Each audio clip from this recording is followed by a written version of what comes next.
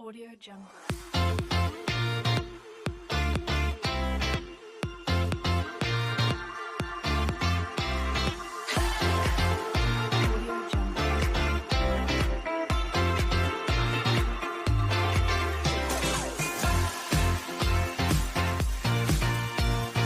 Audio Jungle.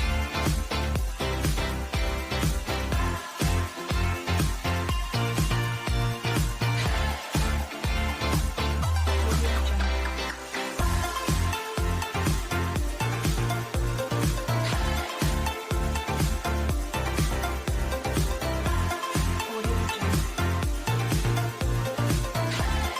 Audio Jungle.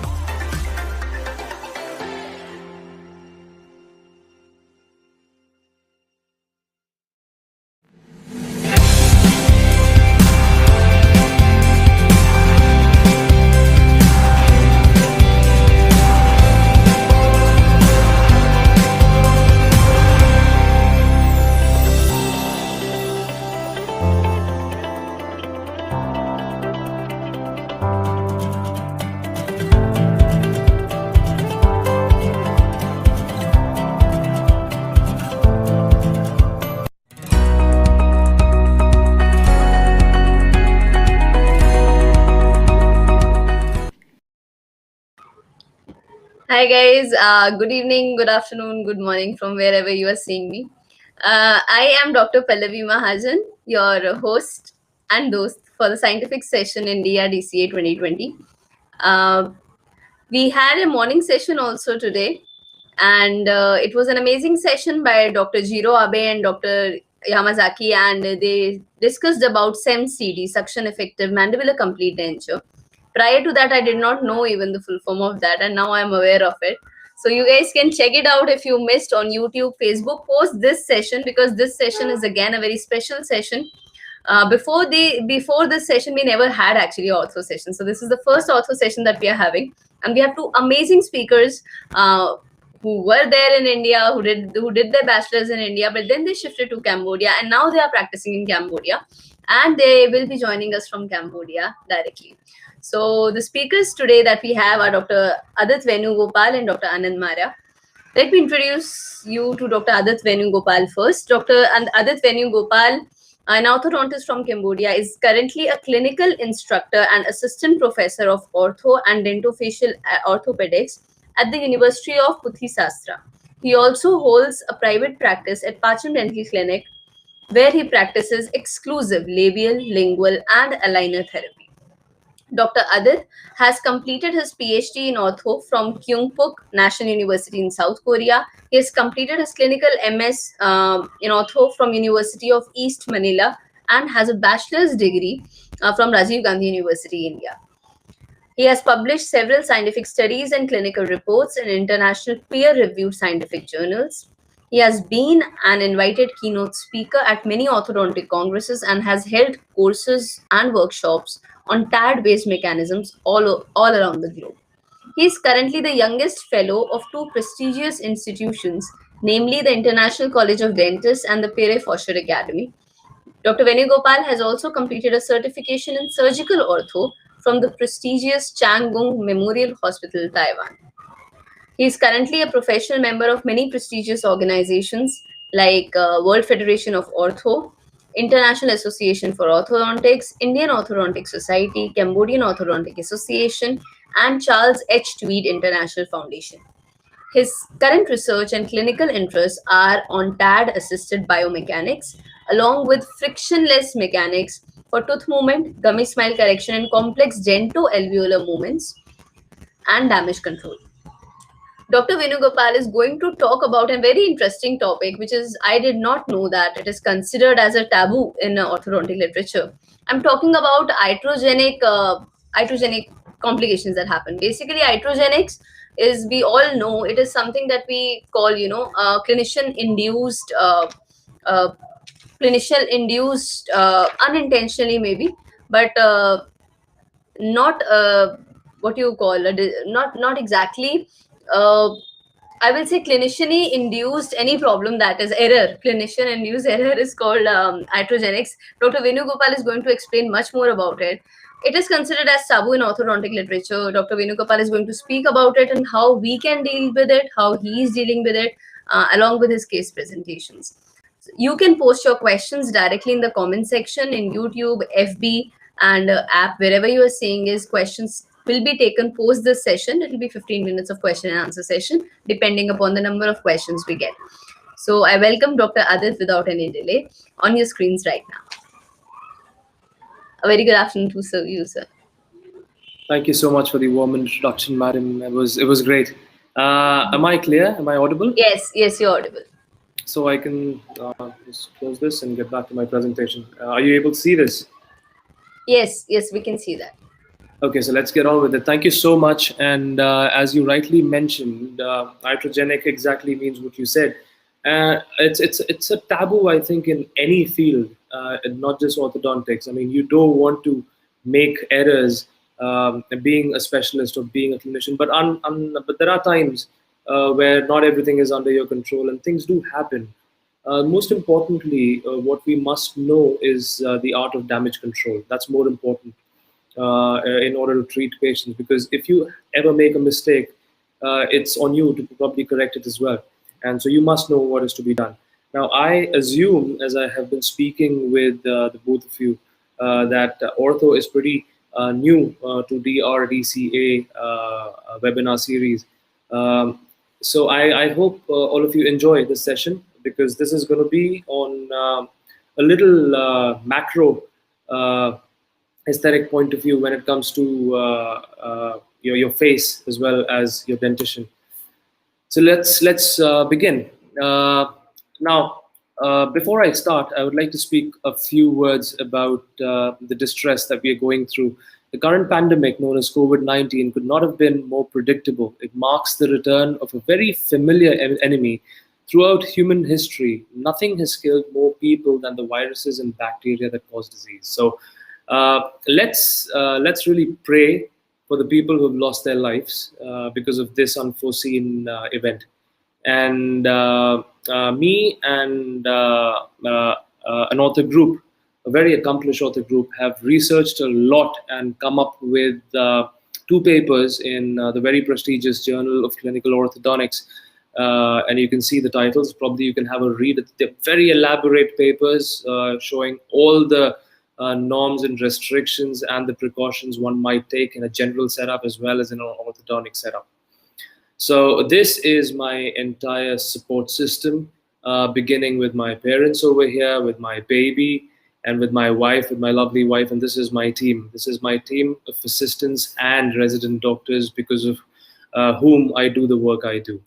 And this is actually a very good friend of mine, and he is also my mentor. He is Dr. Paolo, my advisor in my master's. So I'd like to say something. Human knowledge is always frail and subject to revision. That should make us more humble and exceedingly careful in claiming neither too much or not too little. These days I've seen a lot on social media and other places claiming too much, people claiming a lot of things without adequate scientific background. And we must know that it's wrong to do so.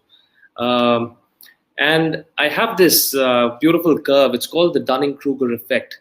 You see, the y-axis is of confidence, and this is of expertise. So in the beginning, you say once you finish your master's or once you finish your undergrad, you're at the peak of your confidence. You feel that you can do almost everything that you get hold of.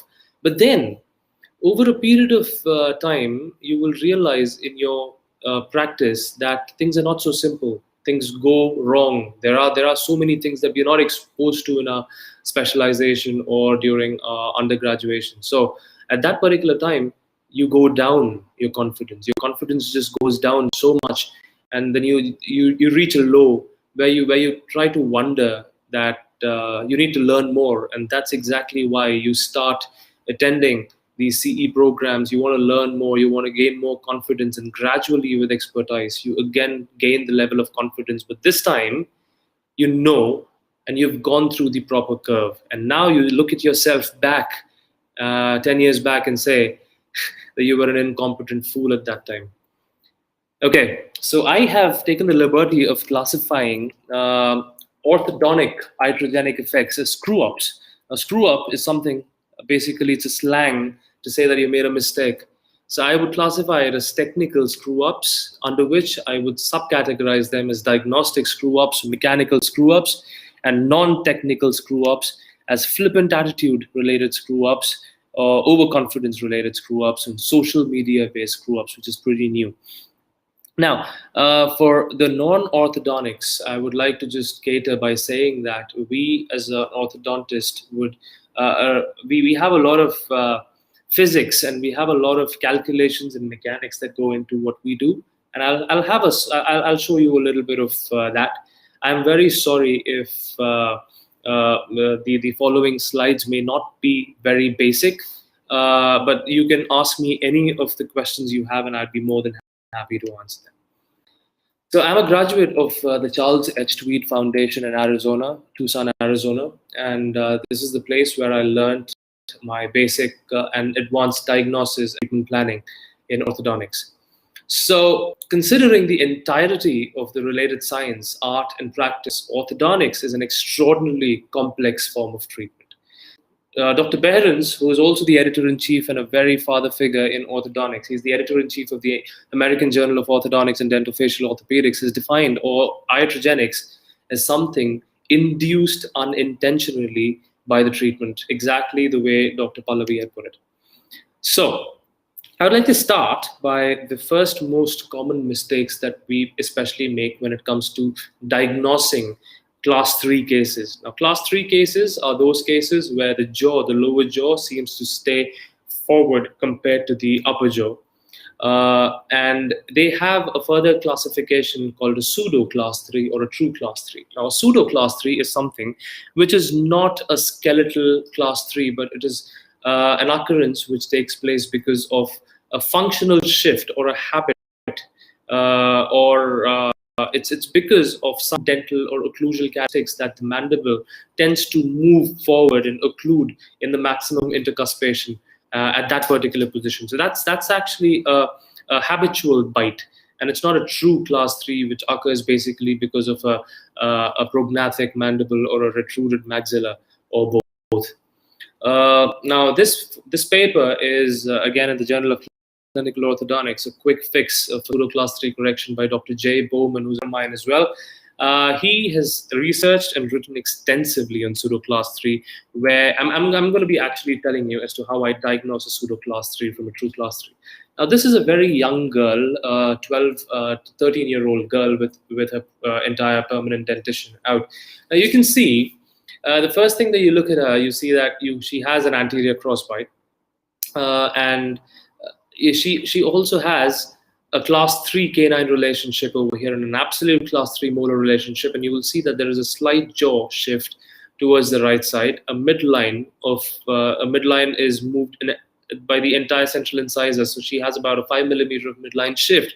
Now, for all the orthodontists here, I would like to tell them that these are very common mistakes that we make in diagnosis. So the first thing, this patient comes to you, you must check whether she's a pseudo Class 3 or a true Class 3. Now, how do you do that? Now, I have a way of doing that. What I do is I ask the patient to open her or his mouth to the maximum. So when the person opens the mouth to the maximum, there's always going to be an asymmetry when it comes to such cases. So you would see that the jaw shifts to the facial midline. When the jaw shifts to the facial midline in maximum opening, I would usually classify that as a pseudo Class 3, because when the patient is trying to get the mouth close to each other, there is some interference or that is traversed to another skeletal issue, because of which the patient is now biting in the anterior position rather than in the normal eccentric position. So in this case, I have made errors in terms of extracting only on one side. Now, what that does is, especially a pseudo Class 3, when you get rid of the anterior interferences, as you can see over here, the jaw would shift back to its natural position. And if by mistake, if we would have taken out a premolar here, what would have happened is you would have leveled, the jaw would have come back to the right position, and then you would have had a premolar space here, which is left to be closed.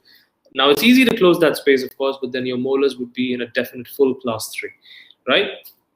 So how I treated this particular case, and also you can see that this particular case, now pseudo class 3s are usually associated with temporomandibular disorders because of a majority of reasons. Majority of the reasons in terms of muscle corroborations, in terms of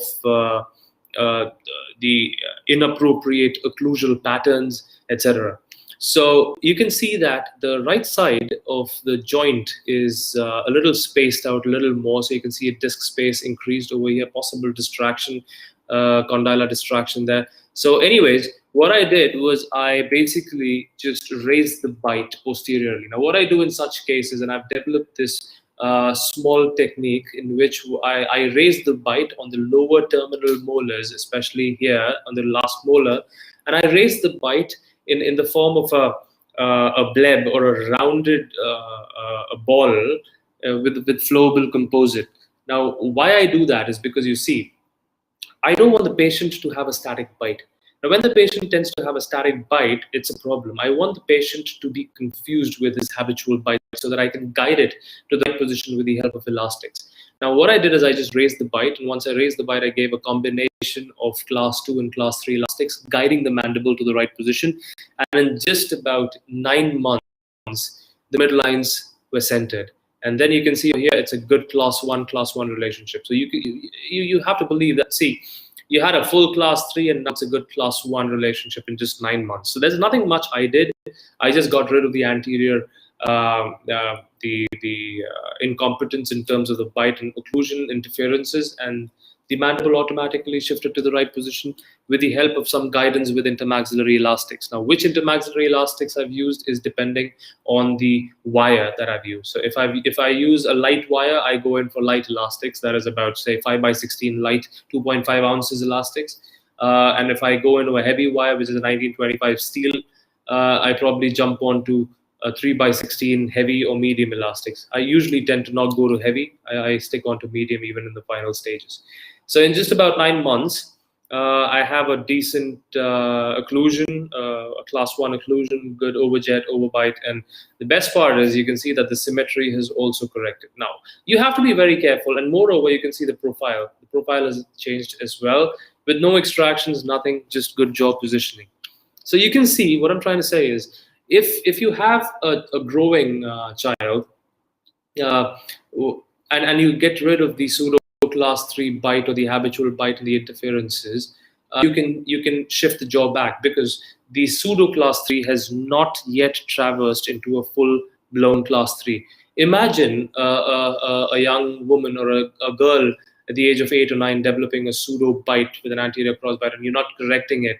So what's going to happen is the jaw is going to grow in that direction. You see, we have the functional matrix theory as well, and the jaw will tend to grow in that particular direction. At the age of 15 or 14, that's going to be a skeletal defect and not a pseudo class 3 that you can correct. So possibly you can correct the dental issues. You can also get the dental class 1 absolutely corrected, the dental issues, midlines. But then what's going to happen is you will never be able to correct the skeletal issues without maxillofacial surgery, bi-jaw surgery, or a single jaw surgery.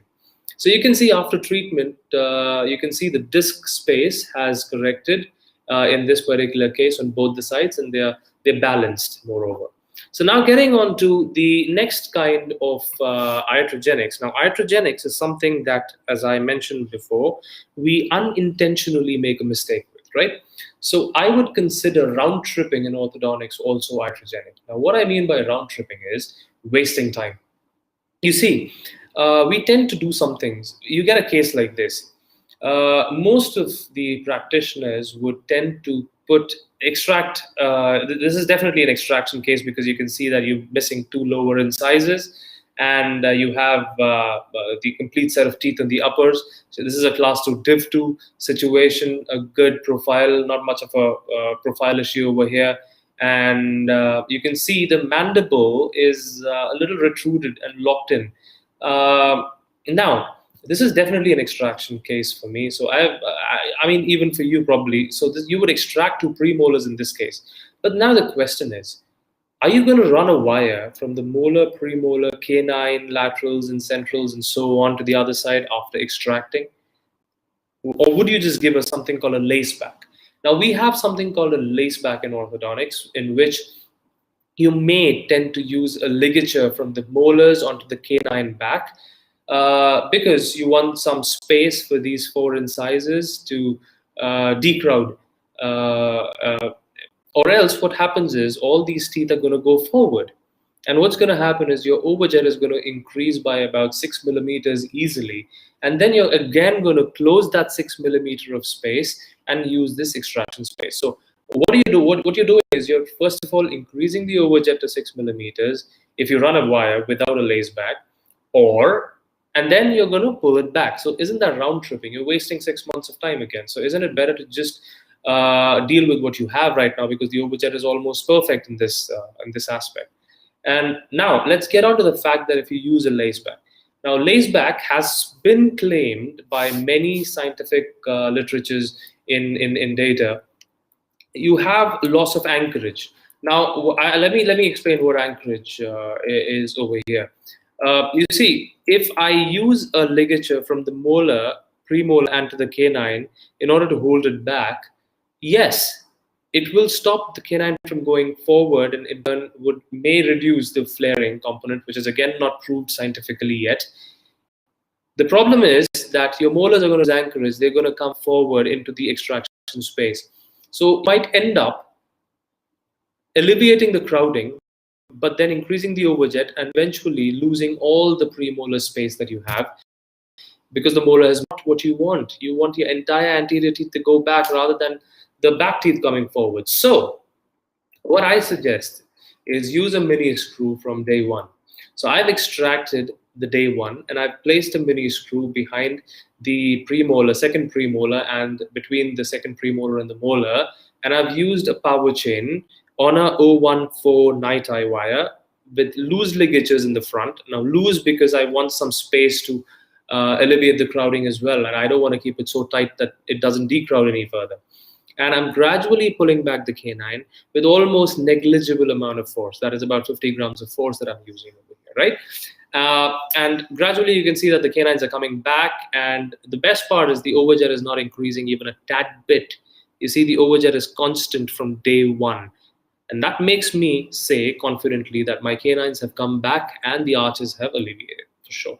Now, of course, you have issues with root parallelism when it comes to round wires and you're pulling it back with light power chains still. So I had to jump into a 17 by 25 with a deep curve of SPE arch wire so that I could correct the bowing effect over here. And yeah, and over a period of time, I jumped into a 19 by 25 stainless steel and settled the bite. So in about 10 months' time, I was able to correct this extraction case, which makes me feel that yes, if you use the right biomechanics at the right place, thinking with consequence, then probably we can save a lot of time in extraction cases as well. And you can see the changes over here. Day 1, about 1 month, about 4 months, because I had an active pullback as well. So I would like to call this an active lace back and not a passive lace back.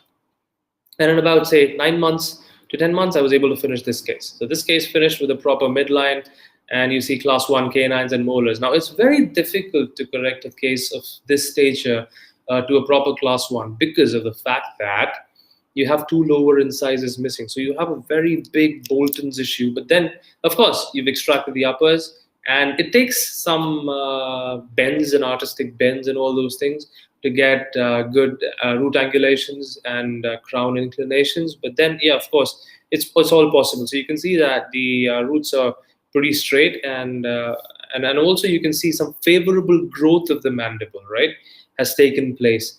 It's not that I've grown jaws. That's not possible. You can't do that.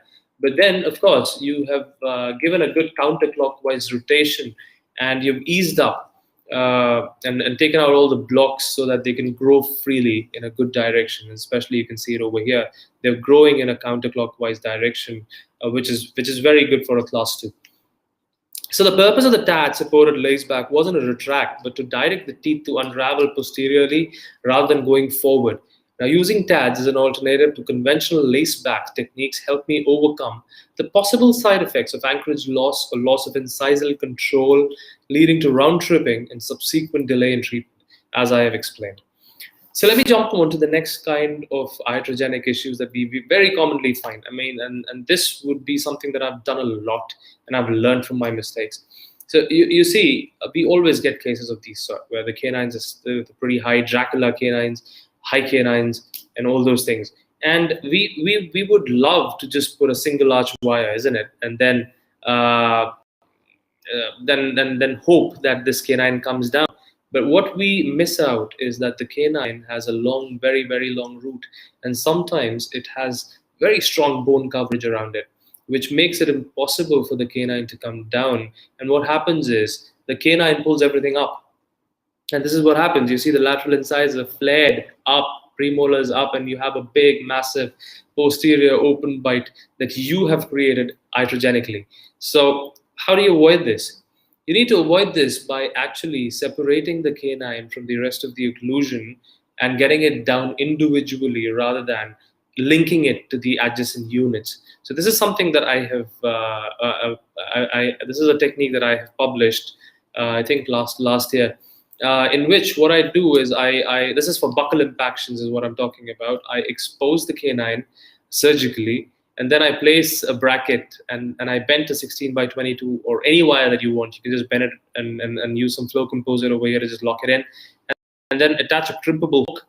And I place a mini screw in the opposing arch right opposite to the canine, and then I use intermaxillary elastics 1/8 medium.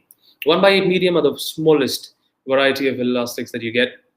And when you activate it, it roughly gives you about 150 grams of intermittent force, of course, because you're going to be taking it off while eating, isn't it? So it's not going to stay inside your mouth most of the time, but yeah, it does stay inside the mouth quite a bit, except for while you're eating, is what I recommend. And over a period of time, you will see that the canine has come out. Now, of course, the canine is going to come out without pulling anything up because the canine is not linked to anything, right? So my suggestion is to always consider impacted canines as ankylosed before treating them. And it takes a lot of patience in getting impacted canines out, by the way. And once they come closer to the occlusal plane or to the base arch wire, you can link it up to overlay arch wire and then get it down properly to the occlusal plane. So if you want to read more about this technique, you can go on to this article in the APOS Trends and Orthodontics, intra-arch traction for impacted canines, and then you can have a look at the mechanics involved. This is a technique that I have developed for palatal canine impactions. So this is a pretty simple, this is not a pretty simple, it's a pretty hard case though, but then it's easily done. You can see an impacted canine over here. Now, why is this impacted canine so hard to deal with? It's because the position of the impacted canine is between the central incisors, and they're pretty high above the roots of all the teeth. So there are some guidelines by Canine in the Journal of Orthodontics, as well as in literature, where they say that if you have a complete overlap of the lateral incisor, mine is over the central incisor, so it's pretty hard already, and it's above the roots of all the teeth. It has more than 30 degrees of angulation, and it's above the second premolar. So you can see that it's a very, very poor prognosis case. But still, I gave it a try. What I did is I exposed the canine, and I used a technique of this sort. So I exposed the canine. I placed in the same kind of hook that I built over there. So I placed a lingual button. I just affixed a crimpable hook to that, and I used traction elastics to the screw outside. This is the kind of hook that I made. And once I laced it onto the canine, you can see the hook. I've given a square thread or some kind of an elastic traction to the main arch wire just to guide it outside as well. And the second vector of force would go down. And over a period of time, you can see that I was capable of getting the hardest kind of impactions corrected. And of course, the canine was not straight. I had to derotate it again. So I did some rotation mechanics, couple mechanics. and I got it out and into the arch properly. So you can see the position of the canine is also pretty good. Not much. I just have to straighten the root a little bit, which is not much of an issue. And this article is published in the Journal of Contemporary Dental Practice, titled Inter-Arch Traction Strategy for Palatal Cuspid Impactions. So please go and have a look for the detailed mechanics over here. And the takeaway is basically that you don't want to involve impacted canines onto the main arch wire until and unless they're very, very close to the arch wire. You need to think of alternate mechanics. Now, the other iatrogenics that I'm talking about is root control. You see, we always need root control. This is a Goodman spring, and this was a case, and this is something that a modification of it that I developed. It's not a Goodman spring. This is something called a Hugo spring, which I have modified. What I did is, you can see this case was iatrogenically treated by me. And I was trying to do something to get the canines back because there was heavy crowding over here, and I engaged the entire base arch wire night eye over every tooth. And what happened is that the canine moved out of the alveolus, and you can see a good amount of root exposure over here. So I think it's covered only by soft tissue and not by bone anymore. So you see this hook, right? This goes into the buccal tube like this. From here, hooked back, coming forward, not attached here, just running over the bracket. And this part is actually going up. And I rotate it, I twist it, and I put it inside the buccal tube, which is supposed to be in the molar. I just modified it and placed it on the canine. So I'm going to show you how it works. You see, this is the spring. This is actually here, and I rotate it, and I push it in. So this is going to try to come back like this. You can see it in the video very clearly. So this is the passive position of the spring. And what I do is to use a Weingart, and I rotate it inward, and I push it into the buccal tube. You see? So what it does, it's trying to get back this way, and it pushes the root inside and the crown outside. And that's a wonderful talking spring for you. Okay, so getting on to the next case, which is again a very severe iatrogenic case. Now, this is not a very simple case to begin with because of the position of the canines. You see, it's a class 2 div 2 situation with retroclined incisors, but you see the angulation of the teeth are not pretty decent. You would want more proclined canines in such situations, but now if you have a distally tipped canine, it makes things a little hard. And moreover, it's almost already out of the alveolar bone, and there is absolutely no space for the canines to level and align into the arch. But then I have extraction space here, and I decided to extract a premolar here. And as you can see, I've started using with mini screws a traction from the power chain onto the bracket placed on the canine, hoping that this would rotate distally, right? But then what happened is, because I was nowhere close to the center of resistance of the canine, because the canine is so long, I was probably at the place of the center of rotation somewhere. And what happened is I began to tip the canine more than rotating it. And you can see that the canine is just tipping distally all the more, not exactly what I hoped. And on this side, I'm actually just distalizing these two premolars because I had a molar extraction space, and not engaging it on the canine directly because I wanted to make some space first, right? So over a period of time, I realized that it's just tipping. So I used my brains and I tried to think, and I thought probably that if I could get a hook made with just an arch wire, and make a small hook over here, I'll be reaching the center of resistance, and the forces are going to be more parallel.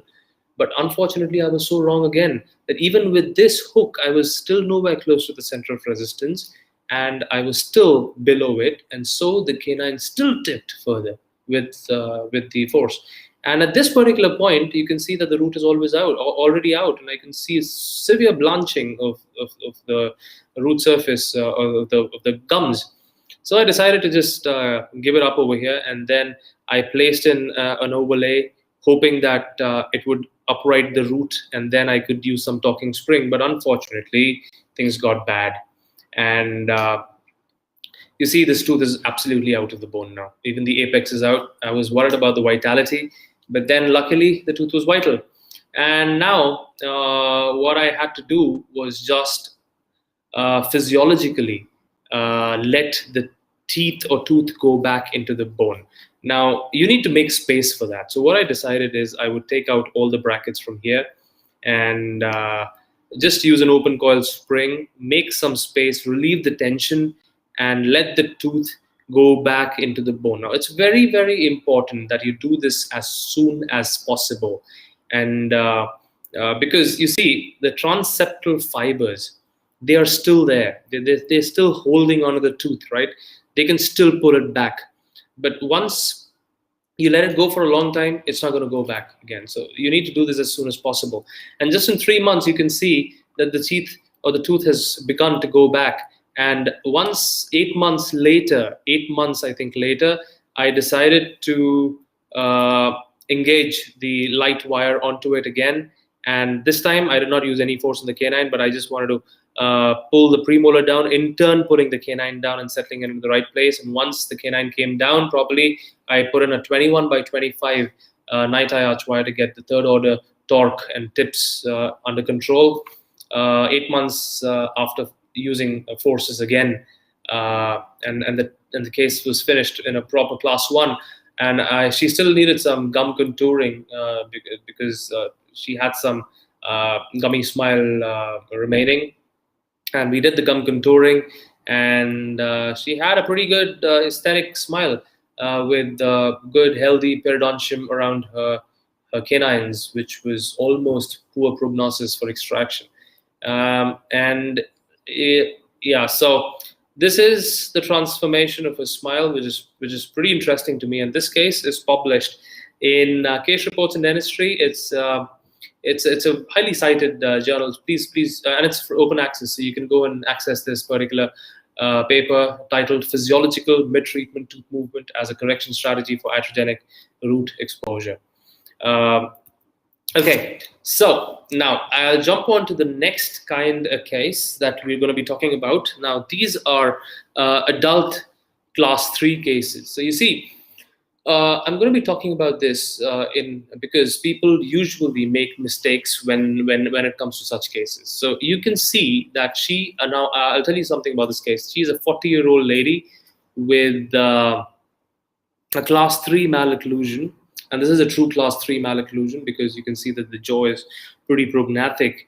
And the worst issue over here is that she has a very, very steep mandibular plane angle.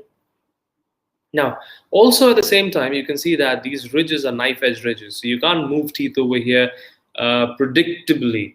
And she has crowns on her anteriors, upper anteriors as well, which makes things a little difficult because they're joined together and you have to separate them, and then you have to move teeth, especially in a 40-year-old with receding ridges, and it's a bit complicated. So one thing about such cases I would like to explain is that high angle cases have the least amount of muscle tonicity, and they have weak musculature. So what happens is teeth movements are very easy, and in such cases, I'll explain what kind of movements I'm talking about. But the same thing on a brachycephalic or a low angle situation is going to be difficult because they have very, very, very strong muscles. The pterygomasseteric sling is really strong in low angle cases. And you have many papers in literature which would compare the muscle studies of both kinds of cases that I'm talking about. So let me concentrate on how this is relevant to orthodontics. You see, in a high angle case, let me just explain. Let me go back here. So in a high angle case, if you want, then this is the curve of SPI on the lower. You see there's a deep curve of SPI as well. So if you have a curve of SPI issue in a high angle case, and you place the brackets, what you would want is you actually want incisors to intrude in such cases, and not the molars to extrude, right? Because it's a high angle. So if you extrude the molars and the premolars, it's going to be a higher angle. You don't want that to happen. So you want the incisors to intrude over here. But unfortunately, when you place a wire on a high angle, the natural tendency in a high angle is to let the premolars and the molars to extrude. So you would create a higher angle in such cases. Whereas in a low angle case, the reverse happens.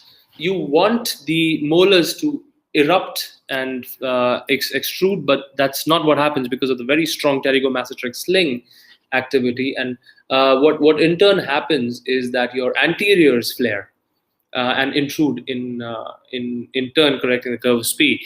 And of course, when your lower incisors flare, the treatment is very unstable, and that's why they have the highest chances of relapse. So if you have a curve of P and if you have a high angle case, it's better that you exactly know how to manage it in terms of anterior intrusion. I'm going to be showing you a demo of that case. So this is a high angle, and I want the lower incisors to intrude, and I don't want the lower posteriors to extrude. So please just understand that much for this now.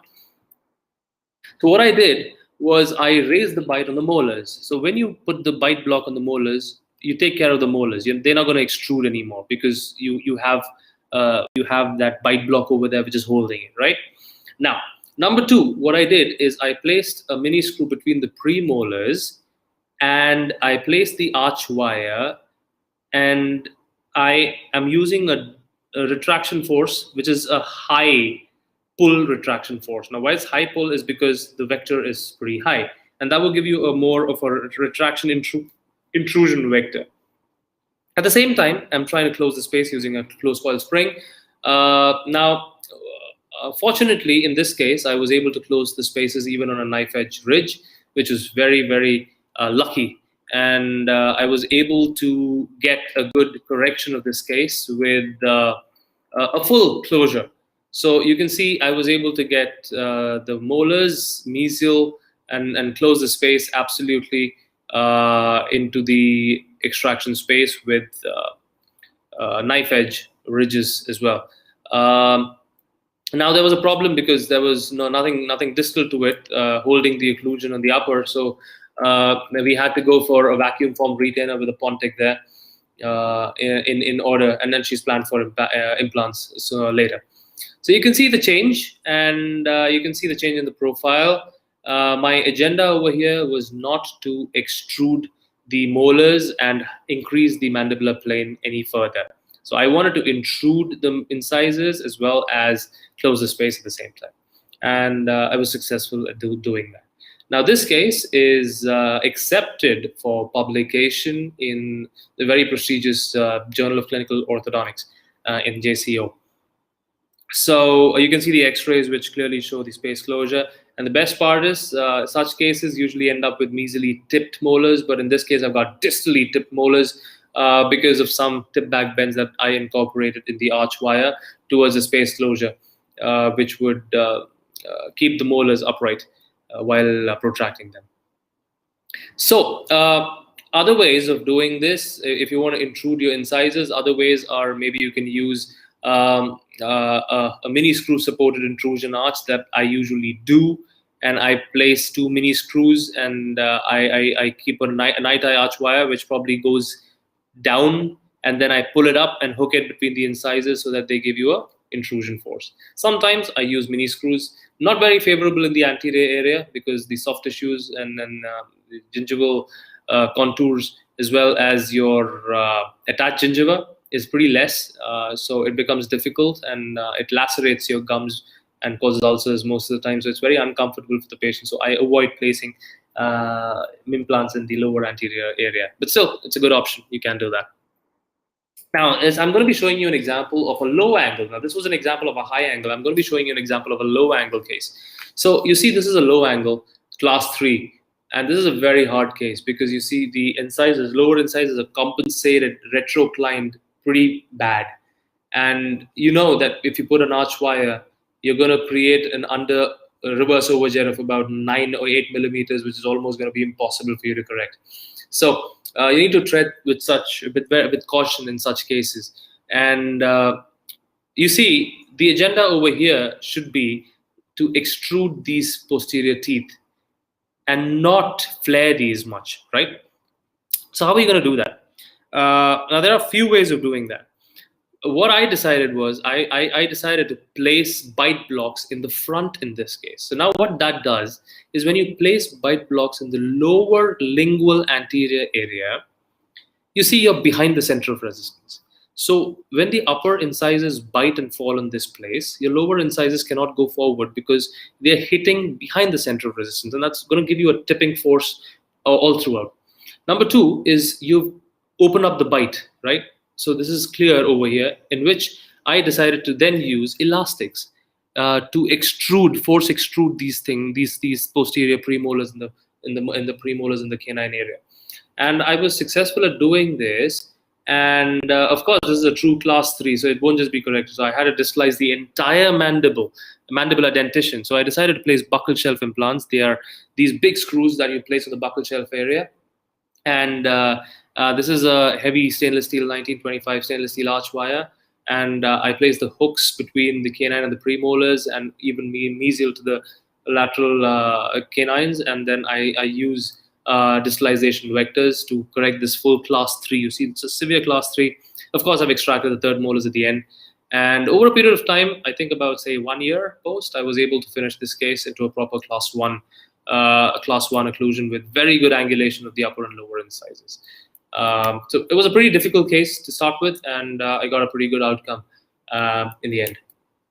Now, usual concerns with such cases are that when you correct these cases, you see, you're never going to get a very good incisal display because these incisors also intrude. And what happens is, when the patient smiles, only the lower incisors are going to be seen. The uppers are not going to be seen at all. So what I do is I tend to usually place a reverse curve of SPI on the upper. You see, when you place a reverse curve of SPI arch wire on the upper, they're going to extrude these incisors. And then, of course, you're going to intrude the posteriors. But then if you have these box elastics which are holding the posteriors, you're just going to get a good amount of extrusion of the upper incisors, and you can control the smile line in a very good way. Okay, so I'm going to be jumping into some iatrogenic cases again. You see this case. I'm sorry about the pictures. I've taken it from the paper because we've lost records of this case. She's a pretty decent case with who needed upper premolar extractions. But iatrogenically, she was treated with another dentist, and who ended up like this. So they extracted the upper premolars, rightly so. But what happened is that they used a very light wire and did not bond the second molars. So they used a very light wire, 16 by 22 on a 22 slot. It's very light. And then they used heavy forces. So what that did is actually caused something called as a roller coaster effect, in which what happens is your anteriors, they dump, and you have a vertical bowing, and you're not going to have any kind of retraction taking place because you see there's a lot of friction in this area. And of course, your anteriors have extruded and have dumped. And so you don't have overjet to close this space anymore. How are you going to retract when you don't have any space? So my agenda, and the worst part was she was supposed to leave the country in 9 months. So I had to do everything. I had to close this space. I had to correct her deep bite. I had to correct her gummy smile. I had to do many things in just about 8 months' time, which was almost impossible. So what I decided was I decided to modify the Burstone's one-piece intrusion arch into something of this sort. So the implants were already placed, so I decided to use them. I just made an arch wire with a 1725 TMA into the shape of something like this, and I cinched them back distal to the TAD. And this was the active. This was not the active. The active was probably somewhere here. And then I just pulled it down, hooked it into 3 places. So it's trying to push the teeth back up. What's going to happen is it's just not going to be up. It's going to be a counterclockwise rotation in which you're going to rotate the teeth up and forward. And you can see I'm gradually, now at the same time, I'm also closing the spaces using power chain from the implant back onto the hook. So you're going to have excess wire coming out here as well as here. And then you'll have to keep cutting them. And in the end of about 8 months, I was able to get a good class 1 occlusion on both sides and close all the spaces. Best part, I was able to correct the deep bite and the gummy smile as well by intrusion retraction mechanics of such. If you want to read the details of this case, you can look at my published paper in the International Journal of Orthodontics titled Mini Implant Supported AVG Intrusion Arch, where you can see the details of this case particularly. and everything about it. Now, this is another very similar case in which I received the case in this particular way. You see, the patient was going to leave the country in 7 months, and the previous treating dentist had retracted the teeth on a 016 night eye, which is actually not supposed to be done because the arch wire is very flexible and you don't have much control. Anyways, she was retracting the canine. The canine got tipped distally, as you can see, and the overjet increased. And she's in a deep bite. You can see an overjet of about 9 millimeters, 8 millimeters odd. And the canines are half retracted. And imagine I have a case of this sort and just 7 months to go. So my agenda is to now intrude, retract, and of course, to correct the 8 millimeter overjet, I need all the space that I need over here. So I can't afford any loss of anchorage. Without a mini screw over here, you see the molars are going to come forward rather than the canine going back, and I'm going to lose the space. So of course, I can't manage a 9 millimeter, 8 millimeter overjet with just this much space, right? So I need all the space. So I had to make sure that the canine goes back 100%. So this was the start pre-treatment reports. So this is the case where this is the situation where I started with. Anyways, what I devised a plan was I placed 3 mini screws distal to the molars, between the central incisors, again distal to the molars, and I used 2 wire system, segmented arch, in which I would retract the canine using a loop and reinforce anchorage from this tad back onto the premolar. So make sure that the molars and premolars don't go forward, the canine goes back. And with the same tad, I'm going to use a power chain onto this segment or section of wire which I've bent distal to the lateral incisor, hook it. Now, if I don't use this third implant, my entire system, the anterior system, is going to collapse and going to go back because I'm not at the center of resistance. So I have to make sure that I have a third implant system over here, which is intruding the entire four teeth. So that's this was what I did, and I tried this on the patient. As you can see that I was getting good changes. I was able to close the spaces sooner than expected because of the fact that there is no friction involved. All the forces that I am dedicating towards space closure is going for space closure rather than losing in terms of resistance to friction and sliding in arch wire guided mechanics. So at the end of about 6 months, I was able to close all the spaces and get a good class 1 relationship right, left, center. And then, of course, when you're using sectional arch wire mechanics, issue is that you lose out on your root parallelism. You don't have much control. So I pushed in a 19 by 25 night eye, and I gave a power chain from the molar to the molar. Now what happens when you do this is you can't open, the spaces can't open because the power chain is going to keep it tight, and your roots are going to straighten up and get parallel to each other.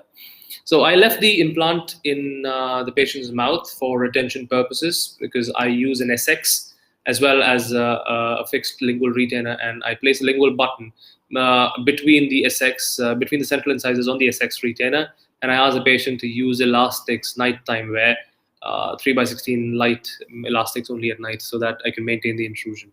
At the end of 7 months, she was in a good situation with a class 1 canine. Of course, I didn't go for closing the smaller space because I didn't have time for that. And you can see the good amount of intrusion and retraction changes.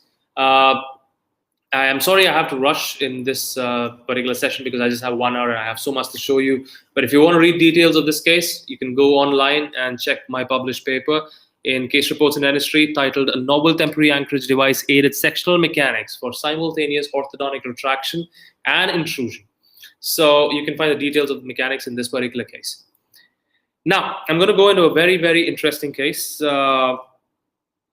which is about a gummy smile case. You see, so now this case has a severe incompetent lip display, a severe gummy smile, of course, incompetent lips, as I mentioned, and you can see she has a deep bite, she has class 2 canines, and a mild crowding in the upper and lower arches, collapsed arches. Now, when I received this particular case, she was in this situation. So I'll tell you about it. Now, what happened is the diagnosis for this case was right. Now, this is definitely a 4x4 extraction case for me. I would extract all 4 premolars in this case and pull back. But unfortunately, the treating dentist had not engaged the second molars, used again an 016 night eye, and retracted the teeth using sections, but no anchorage, you see. The problem is the anchorage over here. When you use a T-loop from the first molar to the canine without anchorage, your molars will move forward rather than the canine going back. So extraction of premolar the space has been lost by the mesial movement of the molars. And if you are away from the center of resistance of these 4 teeth, as you can see, you're very low and you're pulling it from the molars, from the mini screw at the back, all you're going to get is dumping of the incisors. You're not going to get any intrusion. You're going to get dumping. Even though the vector is high, you're going to get dumping of the incisors because you're not at the center of resistance. So what basically happened is we just made a deep bite. Absolutely deep over here is 100% deep bite. So now I decided to just close the spaces anyways because I've anyways lost anchorage. Now I had to devise a strategy where I had to move the entire maxilla and the mandible back without any space. So I had to use the space distal to the second molar. So I got her third molars extracted and I devised a strategy like this. So this is what happened. You see, this is exactly what happened in this case. And I wanted to do this. So I decided to place 2 infrazygomatic screws on both the sides, as you can see over here, one here and one here. These are infrazygomatic crestal screws. They are longer screws in the infrazygoma area. And now I'm using the same hook on a 1925 to distalize. So now these mini screws are away from the roots. So they're not going to hinder with the root movement going back. And I extract the third molars. And I also placed 2 tads in the front to intrude her teeth because I wanted to get intrusion and retraction simultaneously in this case. After about 7 months of pulling back, I was able to get a good class 1 and correct the deep bite 100%. Now you can see the brackets, and you can see the brackets over here. They're touching the gum. So that the crown size has gone really low. Now I had to debond, and after debond she looked something like this. Now definitely she needed a gum surgery because I'd intruded her teeth quite a bit and her crown size was pretty small. Now after gum contouring, we gave her good decent crown sizes, and you can see the amount of teeth movement that has taken place. Her mouth has gone from incompetent, heavily proclined to a perfectly straight face without any surgery. Now this is her smile transformation. As you can see, incompetent to competent lips and a gummy smile to a very pleasant smile without the need of any kind of maxillofacial surgery. And this is incompetent lips to a very competent lip. And again, if you want to see the details of this case, you can visit my published papers in International Orthodontics, a very reputed journal. And the title is Treating a Severe Iatrogenic Gingival Exposure and Lip Incompetence, a Challenge Worthwhile. Okay, so Dr. Roxon and Dr. Pallavi, do I have time, or we call it quits right now? Please continue, sir. Please Is it continue. okay? Yes, please continue. Okay. So I'll just be probably talking about a couple more cases of mine. And here we have this particular young boy with heavy crowding in the upper and lower arches. And you can see absolutely no space for the canines to come out. And he's 11-year-old, a boy.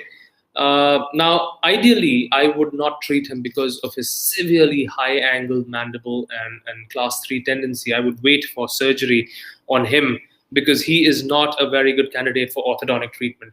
And even if I would perform orthodontic treatment on him, it would be extraction and surgery together. But the treating dentist had extracted all 4 premolars and again did what I probably suggested not to do, place wires from the molars going up to the canine, lateral, centrals, and everywhere around. And what happened is, after 4 years, this is what happened. And the patient came back like this. You see, now the patient is about 16 years of age. He has lost his anchorage 100%.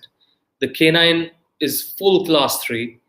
The anterior teeth are almost fan positioned parallel to the floor. And the worst nightmare is, you can see, absolutely no roots on the central and the lateral incisors. I was actually afraid, what if it was resorption because of increased and unmitigated orthodontic forces. But then when I had a look at the CBCT, I realized that The roots are still there, but they are very, very palatal. And then is when I actually palpated the palatal surface, and I could feel the roots palatally. So no bone coverage. Now I had to devise a lot of plans over here, so I decided to extract the third molars, and I had to retract the lower dentition first, and then give a clockwise rotation of the maxillary incisors. So what I decided is, again, remove the third molars, place buccal shelf implants, 1925 stainless steel, retract, retract, retract for about 4 to 5 months till I got into a class 1 canine, and I had some overjet to play around with, and then I bonded the uppers, and then I used elastics from the light wire onto the buccal shelf, because you see, if I use it on the molars, the force is going to be again on the lower anteriors to come out, right? So I don't want that to happen. So I decided to use it on the buccal shelf implant itself, and that would give me good tipping forces on the upper. So I wanted controlled tipping of the uppers, and gradually I jumped onto heavier wires. And then this is a 1925 where you can see that the canines are on a class 1, still a class 3, so I'm retracting over here. In the end of about, say, 1 year, 2 or 3 months, I was able to get a good, decent occlusion, right, left, and the midlines were centered. Smile line had improved quite a bit, but unfortunately, the only way for him would have been surgery, and his parents and he himself denied surgery. So this is the best possible camouflage that I could give him. Now you can see the amount of distal movement that has taken place in this particular case. You can see from here to here, absolutely 4 to 5 millimeters of distal tooth movement, and the roots are pretty parallel. So looks like good stability in this case. You can see the margin of teeth movement that has taken place as well, from a palatally exposed root to centered alveolus, and a good amount of tipping that has taken place in this particular case. So pretty interesting. Now, one thing I would like to tell you is that whenever you're attempting mandibular distalization, you must take a CBCT in order to know the extent. You see, sometimes when you see from the top, from the coronal section, you will see that you have a lot of space to go back, right? But then when you go down to the apex of the roots, you will see that the distal root, the distal lingual root of the second molar is contacting the mylohyoid ridge already. And it's going to absolutely interrupt with your distalization. You're not going to have distalization, you're going to have tipping. So in such cases, it's better to extract a premolar rather than attempt en masse distalization. And I'm not going to be going into this case. Yeah, I think this is going to be my last case. So this is a case of a severe class 3 high-angled mandible patient. As you can see over here, people would anyways jump into surgery. An open bite. Worst issue with this case is that you can see on her OPG that she has just 50% bone on all her teeth. You see all her teeth, some of them are root canal, all her teeth have very, very less bone. And the worst nightmare was that she had grade 2 mobility on her lower incisors as well. So what I decided in her is that now she was a young lady, and she had a lot of psychological problems because of her appearance, and I had to do something about her. So we decided to go on with an orthodontic approach, because I suggested surgery, and she outrightly denied surgery for financial reasons. So you can see the problem list includes a cross bite, an open bite, and of course spaced lower dentition and reverse overjet, a class 3, a severely high angled mandible, and lower lip protrusion over here. So what I decided was I wanted to flatten the upper occlusal plane, because that was the reason for the open bite. You can see a very deep curve of SPE on the uppers, extruded posterior. So I placed an implant at the very beginning, used the first set of wires, which was an 016 night eye. On the lowers, I did something different. I mean, you see, because there was grade 2 mobility on the lowers, I had to put very less force on each tooth. So I decided to use 2 wires. One, I used a stainless steel wire 014, and the other I used a night eye wire. So both are in tandem. But I alternated the tooth. So one tooth had the SS and one tooth had the night eye. What this did is it increased the interbracket span. And as you know, in ortho, if you increase the interbracket span, you increase the flexibility of the wire, in turn reducing the amount of forces applied onto them. And once I jumped into a rectangular wire, I decided to start intrusion with the mini screws. I started to intrude the teeth, and gradually intruding, I closed the open bite. Now, the bigger problem was that I had a very severe midline shift, but luckily I had space to the right side. So I placed a buckle shelf screw, placed a hook, and unilaterally started to close the space in order to correct the midline. And after some while, I decided to start closing the spaces anteriorly as well, using long horizontal vectored class 3 elastics, 5x16 medium. And towards the end, I was successful in closing the spaces and getting the midline centered. I closed the remaining spaces using some closing loops on a stainless steel arch wire, probably an 1825 or a 1925 stainless steel. And then in the end, I just centered the midlines a little further using these made Kobayashi hooks on the laterals and then running a 1x4 medium elastics from the right to the left lower. And in the end, I was able to get a good midline. And the best part is not this. The best part is this. You can see I was able to get I was able to get a very good dental change. I did not worsen the periodontal issue or the bone loss. It was pretty much the same as it remained. The best is a 1-year follow-up showed pretty stable results.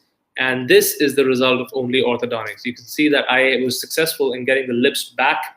Although I rotated the mandible a little clockwise, but still, for some reason, it blended well with her appearance, and I was pretty successful in gaining her confidence again. You can go through this paper in detail with its entire mechanics, again published in the APOS Trends in Orthodontics. Periodontally compromised severe skeletal class 3 with open bite corrected by orthodontic camouflage using temporary anchorage devices. And this paper is co-authored by the next speaker, Dr. Anand Maria, as well. And we both work on papers, and we both have a lot of publications in common, and we like working together. And I would like to say this to all of you: what you can do or dream you can, begin it. Boldness has a genius power and magic in it. Important thing again is that seasoned orthodontists know when that natural equilibrium or homeostasis wins eventually. So we'd better work with nature rather than dream up a system that works against her. We should do things, we should try out things, but we should regard the biological basis of how we work and not just do things that may be biologically detrimental to our patients. So that's all, folks. It's a wrap from me. Thank you.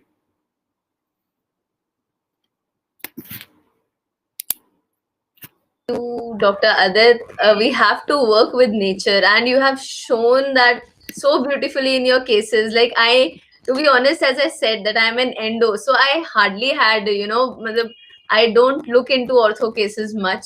But this presentation, I could not just, stop looking. Every case was like, it was, I don't know what to say, because normally what we hear and we tell our patients, any patient, if they come, like how much time it will take for the orthodontist treatment. So I just randomly say it will take 1 or 2, it will take 1 year aram se. So we don't even know that, okay, something like this can be done in such drastic cases, like in 6 months and 7 months. So thank you so much for sharing all those cases. And I know because of shortage of time, we missed on a lot of cases, I am sure, but thank you so much. No problem. Thank you. It's my pleasure. Yes, I'll start with questions, Doc. First question is from Dr. Tejas. Sir, can you elaborate the elastics in ascending order of light to heavy, including their sizes or number? Okay, so one thing I would like to clarify is that there is nothing called a particular elastic for a particular case. There is nothing called class 2 elastics. There's nothing called class 3 elastics. That's a misnomer. Anything that is used from the upper canine to the lower molar, upper canine to the lower premolars, or the hook between the lateral incisors and the canine to the lower premolars is class 2. Now, if it depends on the wire that you're using. Usually, we don't recommend using elastics on very light wires, but at times it is okay to use some vertical forces to balance out the counteractive forces of other components of ortho. I would start using elastics from 3x16 light, that is 2.5 ounces, going up to 3x16 medium. And in the end, I would always use a 1x8 medium, which is the shortest elastic. So that is going to give you the maximum amount of force, but you must use that on a very heavy wire, which is preferably a 1925 stainless steel or a 2125 stainless steel on a 22 slot bracket. Okay. Okay. Another question. You mentioned that case in which canine was rotated and you relieved the stresses so Oh yes. transeptal fibers could take care of it. So Yeah. normally, how much time does it take? Like if we see that we have done an error, if we relieve it, in how much time can we expect that it will go See, back? no, there is no guarantee that it's going to go back. It Okay. depends on the time at which you have relieved the stress. I was lucky enough to do that as soon as I noticed. But some Right. people, what they do is they would leave it for a very long time, and then the fibers have remodeled, and it's not Right. going to go back into the bone anymore. Hmm. It has to be a very fresh wound for it to actually consolidate and go back. Hmm. And if we do it timely, then how much time we can expect? I saw the root going back in 3 months. I started orthodontic treatment after 3 months on that particular tooth. I waited for 3 months. Okay. Another question is that how to know, like for a maybe for I will ask it from my side only. Like if I how to know when to stop, as in if I have done an error, I know something is going wrong. So how much when like you discussed that case in which lateral upper central incisors they were palatally you could feel the roots, right? So when to know that okay I should stop it now, maybe what I am doing is wrong. Is there any particular Oh method yeah. or So test? if you feel that your roots have gone outside the bone, you're already too late. Exactly. Uh, See, the thing is that how do I say this? For example, if you feel that the roots, if you can palpate, you can see the gingival thinning. If Right. it is labial, you can see the blanching. You can see the root outline. That's already late. That means that you're losing bone. Hmm. You have to stop retraction, or Right. at least you have to torque the roots back. But then again, it's not that easy in the lowers because you don't have bone behind. Your lingual cortex is just that thin. You don't have enough bone behind as well. So that's why class threes are very tricky. Sometimes if you have a class three, because in class three you have to retract the lower teeth back, and then you think that okay you can just retract them back for about 4 millimeters, but the entire labiolingual cortex is just 3 millimeters or 4 millimeters hardly. So you can't just push them back. You Right. have to reach some situation of an equilibrium, and then probably you'll have to rotate the mandible clockwise in order to get the rest of the correction. You can't just pull your teeth back and correct everything in the lowers. It's not going to happen. Uppers, you still have a lot of leeway because there's bone everywhere. But on the lower, that's not the case. Okay. Okay. Another question. If we have done an iatrogenic error, if we are like, and we know that case is going to extend, like we have told patient 6 months, but we have done an error and we know that it's going to extend. In those cases, how do you convince patient? This question might not. See, I got a sorry figure. If the iatrogenic effect is from my side, I really apologize to the patient saying that I'm very Okay. sorry I screwed up. Okay. Okay. I have said that to more than 10 patients of mine because I try a lot of stuffs, things go wrong, but there are ways in which we correct them. There is even a Right. case in which I had to extract a tooth and I had to put an implant. I paid for the implant. I got a sorry Okay. figure. I said that. See, people hide it. This happens with everybody.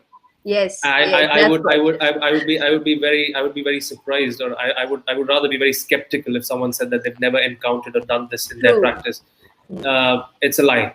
I think I have, and I have done it. I have paid for the implant as well, and the patient understood. Yes. So because there's nothing that you can, I mean, you could have done.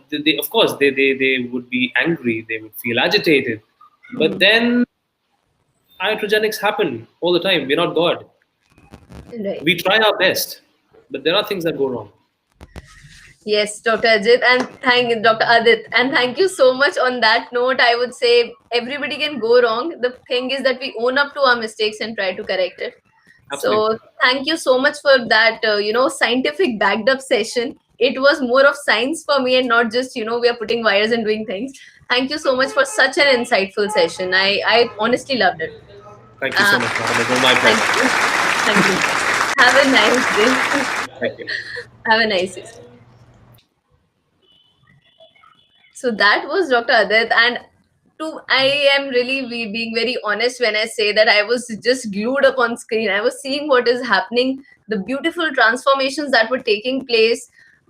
Just ortho can do so much magic, man. I didn't know if somebody give me an option to do something other than endo, I think I will ask Dr. Adit if there's something, I can do, maybe something to go into that, at least maybe one or two cases or something like that I'll do. Okay. So let's talk about the next, on that note that Dr. Adit ended, that mistakes are common, right? Albert Einstein said that anyone who has never made a mistake has never tried anything new. So that is so important, to make mistakes. So yeah, dental reach is telling you, please, it's okay to make a mistake, it's completely okay, but yes, you need to correct it. And that's the best thing that he said was to own up to your mistake. Tell patient, I don't know if our patients will understand, but I hope they will get agitated and everything. But again, mistakes happen, and we are not god, we are humans. So on that note, we have another speaker, and he's also going to discuss problems in transverse problems in orthodontics. Again, a very interesting topic, and passive self-ligation. I'm talking about Dr. Anand Maria, who's joining us again from Cambodia. Dr. Anand completed his bachelor's from Seema Dental College and Hospital. Um, Thereafter, he completed his postgraduate diploma in hospital and healthcare management from Symbiosis Center for Healthcare, Pune. Following this, he took up his master's in ortho, MS Ortho, from University of the East Manila and graduated in 2016. He is the only graduate from his school to be awarded a research grant by the Department of Science and Technology and the National Center for Research Philippines to study stresses on maxilla expansion using the finite element method. He is PhD scholar at Thammasat University, Thailand. He was awarded the Fellowship of International College of Dentists this year, also elected as the only foreign member of mentorship committee of the American Academy of Orofacial Pain. He is fellow of Malaysian Orthodontic Practitioners Association, fellow of Pierre Fauchard Academy, member of mentorship committee, as I said, American Academy of Orofacial Pain 2019, member of planning committee of American Academy of Orofacial Pain 2020. He's a section chair, Pierre Fauchard Academy, Cambodia section. He is a faculty member and senior resident specialist in the Department of Orthodontics at University of Buddhisastra, as well as a clinical professor for the master's program for orthodontics in International University. He is a course conductor and keynote speaker for various orthodontic programs in Malaysia, Indonesia, and Cambodia. He has lectured and presented at various national and international conferences, and his interests are adaptive mechanism with various bracket systems, tweet technique, aligners, and airway improvement across various malocclusions. Today he is going to speak about, as I said, passive self-ligation and transverse problems in orthodontics. So without any delay, I welcome Dr. Anand Maria on screen right now.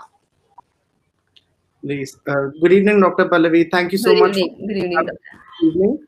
And I am so thankful for the very kind introduction by you, mentions by Dr. Adith, who's not only a dear friend, and then we're colleagues, like we've been colleagues for very long. So it's nice it would have been nicer to sit down and discuss all of these topics in person, probably, but then because of the unfortunate situation we have with COVID right now, I hope everybody can be safe, and then probably the digital medium is probably the best and the safest medium right now to exchange information. True, sir. Okay. So without further ado, I'll just share my screen, please. Yes.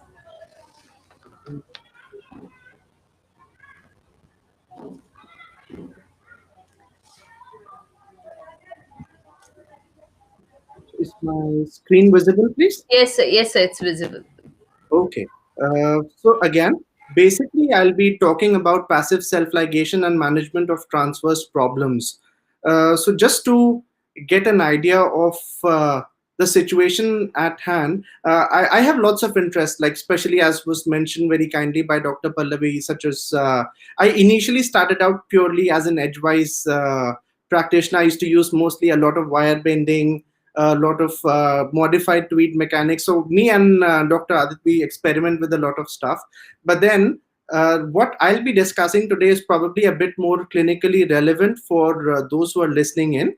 And one of the reasons why I wanted to do this was not having any financial interest as such, but self-ligation is becoming a very controversial topic, but it's also a very popular mechanic like based bracket system for a lot of practitioners.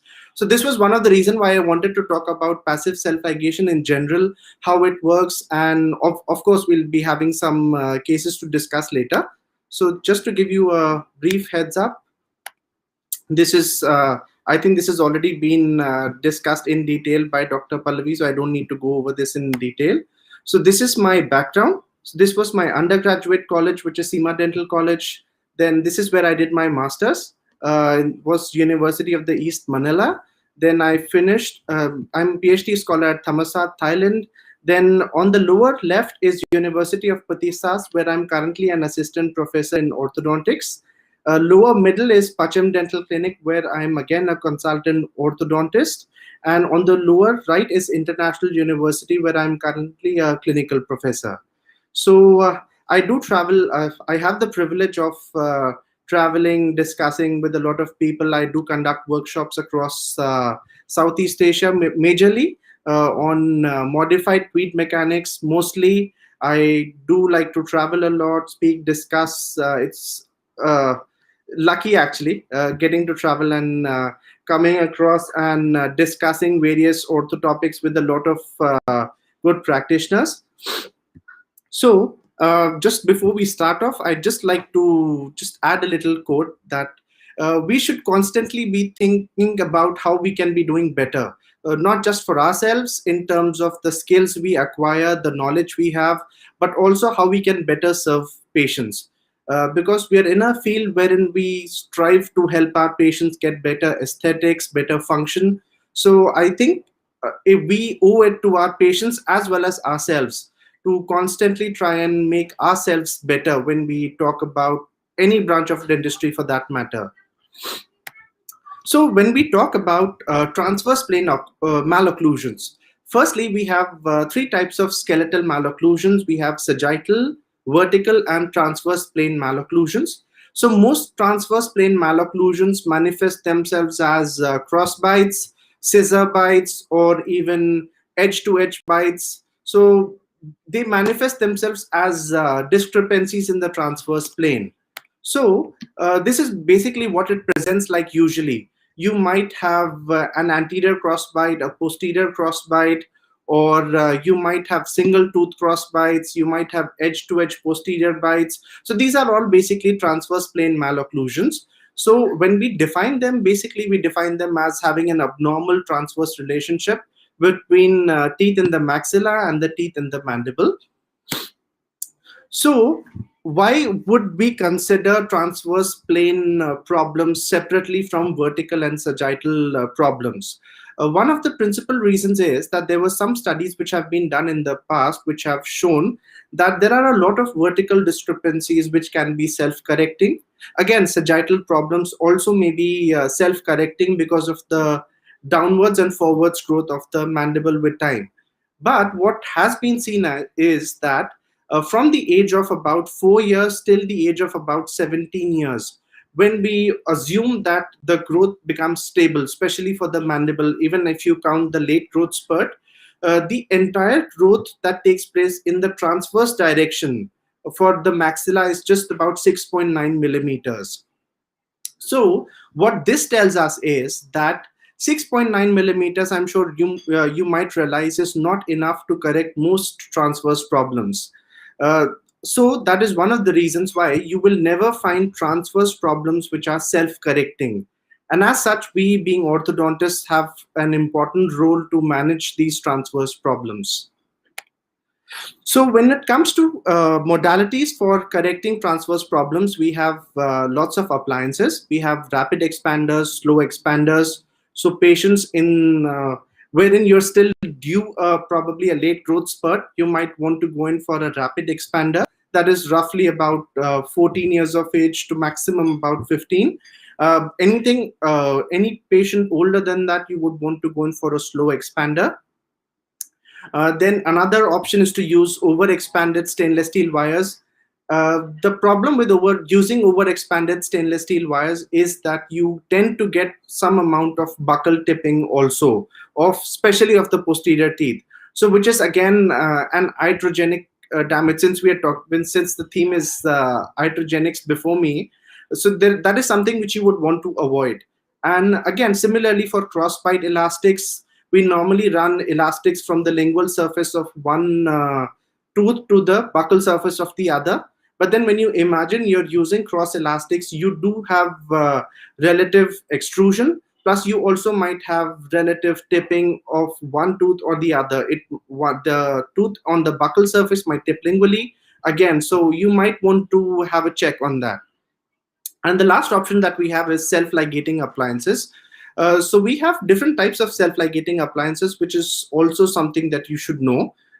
These days we have active self-ligating appliances, passive self-ligating appliances. You also have interactive self-ligating appliances, which are passive initially and tend to become active later on.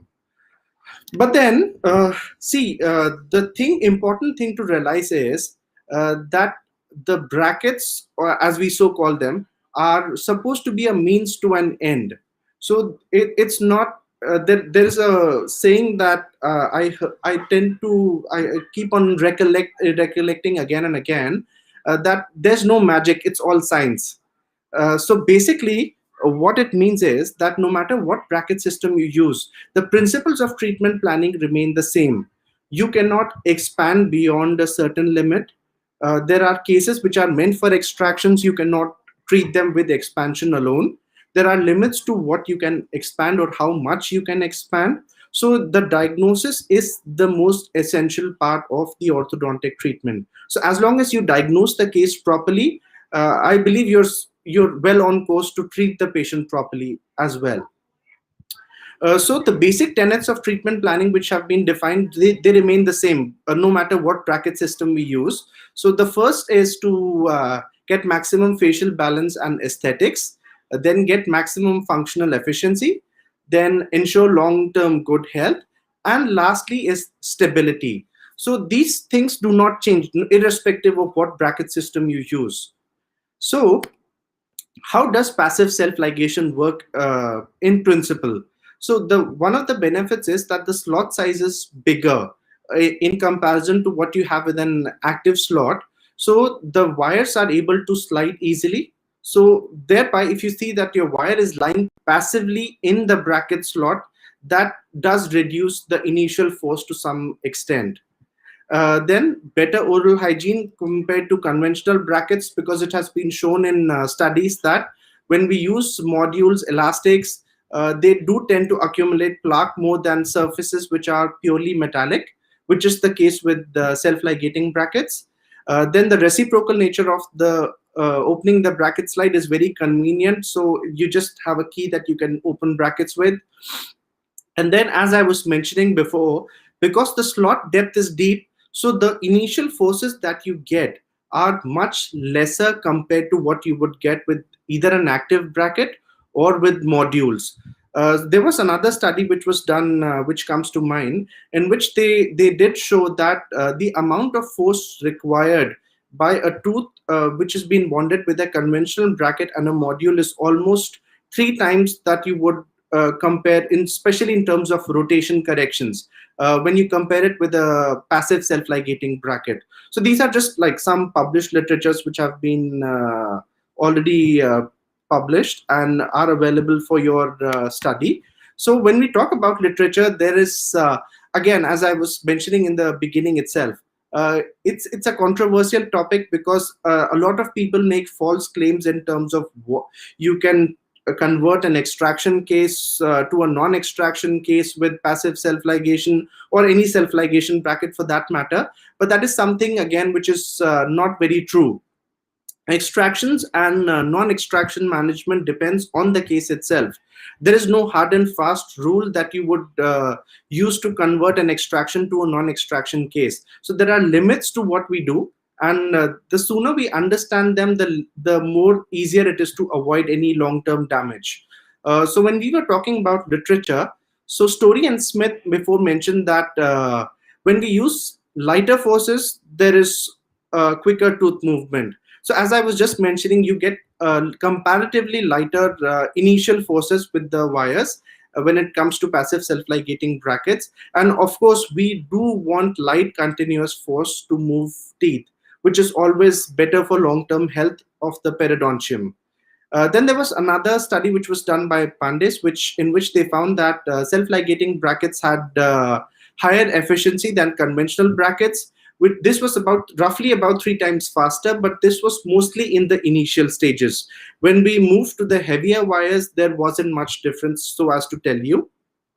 Then there was another important and more relevant study which was conducted by Fleming et al., in which they basically did not find any significant difference in the alignment with self-ligating and conventional brackets. There are 2 or 3 things that we should discuss at this point of time. So one, the retrospective clinical study designs may have had to play a role in the outcome of those studies. And also previous generations of self-ligating brackets were not so well studied as to what we are doing today. So, and another factor is that clinical studies, you have lots of variations from one patient to the other. Even from one demographic population to the other, there is a lot of variation. So the latest study that I did go through was a finite element study. So as was mentioned earlier, I work a lot with finite element models, which are basically 3D models that we make for brackets, for the skull, for teeth. And we use them to simulate forces which would normally be present in terms of the Young's modulus and Poisson's ratio.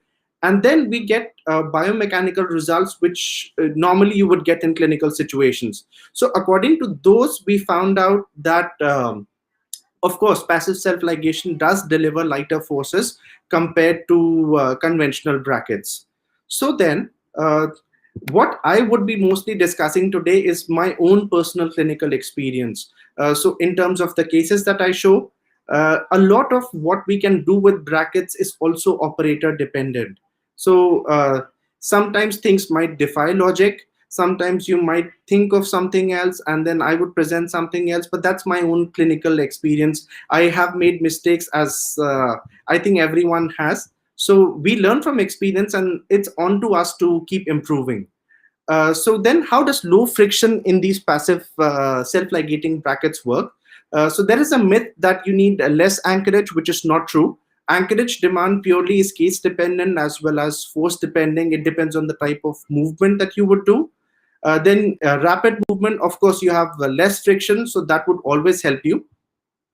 I experiment a lot with modified tweed mechanics, so I was telling you. So I use a lot of frictionless mechanics with different bracket systems, so which I have found pretty interesting to work, to use frictionless mechanics with passive self-ligation. So it's given me wonderful results. So I might be able to show you a few cases today for those also. And then reduced proclination. So one of the benefits that you get when you use self-ligating brackets is that they are bulkier compared to conventional brackets. So they tend to give you a slight lip bumper effect, as we so call it. So that lip bumper effect allows your teeth to expand more across the posterior region where the teeth are away from the buccal tissues. Whereas in the anterior region, they tend to give a slight lip bumper effect, thereby just controlling the proclination a bit. The arch development is good. Especially where I work, in the Southeast Asian region, people do like wider smiles. Talking about macro aesthetics, we ideally say that a first premolar to a first premolar smile is very aesthetic, which is what passive self-ligation helps us. But you can do the same with conventional brackets as well. With a bit of wire bending, I think both are achievable. And then the benefit that I have seen is that the periodontal health of the teeth which are moved with passive self-ligation clinically tends to show a bit better. If you try and use wider arch forms with conventional brackets, there is every chance that you might see gingival inflammation. Sometimes the patients might start reporting sensitivity. There are cases in which you might even see dehiscence or a fenestration. But teeth which are guided into their proper positions with the passive self-ligation have been shown to have better periodontal health over a longer period of time. So just on the right side, if you would want to have a look, we have two cases. Both were finished. One was finished, the first patient was finished with the modified tweed mechanics, and the arch form was a bit more V, because in tweed mechanics we mostly used customized arch forms for the patient, whereas the second patient was treated with passive self-ligating brackets. So you can see the smile arc that I'm talking about. So it just looks a bit more pleasing, but nevertheless you can get good results with either conventional or passive self-ligating brackets. So there are some things to consider. The first thing is that, does it reduce the need for extractions? I deny that, because I've already said that the need for extractions is case dependent. That depends purely on the diagnosis, what you get out of your Bolton's ratio, your CEFs, and how much of an excess do you think you can manage with expansion in comparison to extractions. Then the lip bumper effect that I was telling you, so it just helps provide a bit of resistance, so that doesn't let your anteriors procline that they would normally do with conventional brackets. So that's just one of the important benefits that you get. Less root resorption, and of course better periodontal health, as I was telling you, and a reduction in number of visits for sure. So in currently in the pandemic situation, which is something that the patient and the dentist probably both desire, is less visits to the clinic. So with passive self-ligating brackets, one of the principal benefits is reduced number of visits, because you would normally see a patient roughly about 2 months. So that's just some of the benefits that you get out of using these. Bracket selection, normally we have low torque, standard torque, and high torque brackets. How you would choose these is that non-extraction cases in which you desire simple expansion, you would want to go in for low torque brackets, or even in those patients where you're worried about flaring, you would want to go in for low torque brackets. Extraction cases, I would normally go in for standard or high torque brackets, because the torque helps avoid any kind of lingual retroclination of the anteriors when you're bringing them in. Then going towards the more interesting part, because we've discussed the theory part now. So the first and most important thing is the case identification. So it's not to say that you can't use conventional brackets again, but there are principal clinical benefits that you get out of using these. So it's better to identify patients in which you would get a definite advantage when you use these. So the first is buccal corridors. You might want to check the relaxed smiling pictures of the patients to see if you have narrow arches, or you have dark triangles, as we so call it, or dark buccal corridors. So that basically tells you that your teeth are away from the buccal tissues. So you do have a scope for stable expansion. But there are a lot of cases wherein you might see that the patient's adipose tissue layer is thicker. So you might just want to think of extractions in cases where you don't have dark buccal corridors.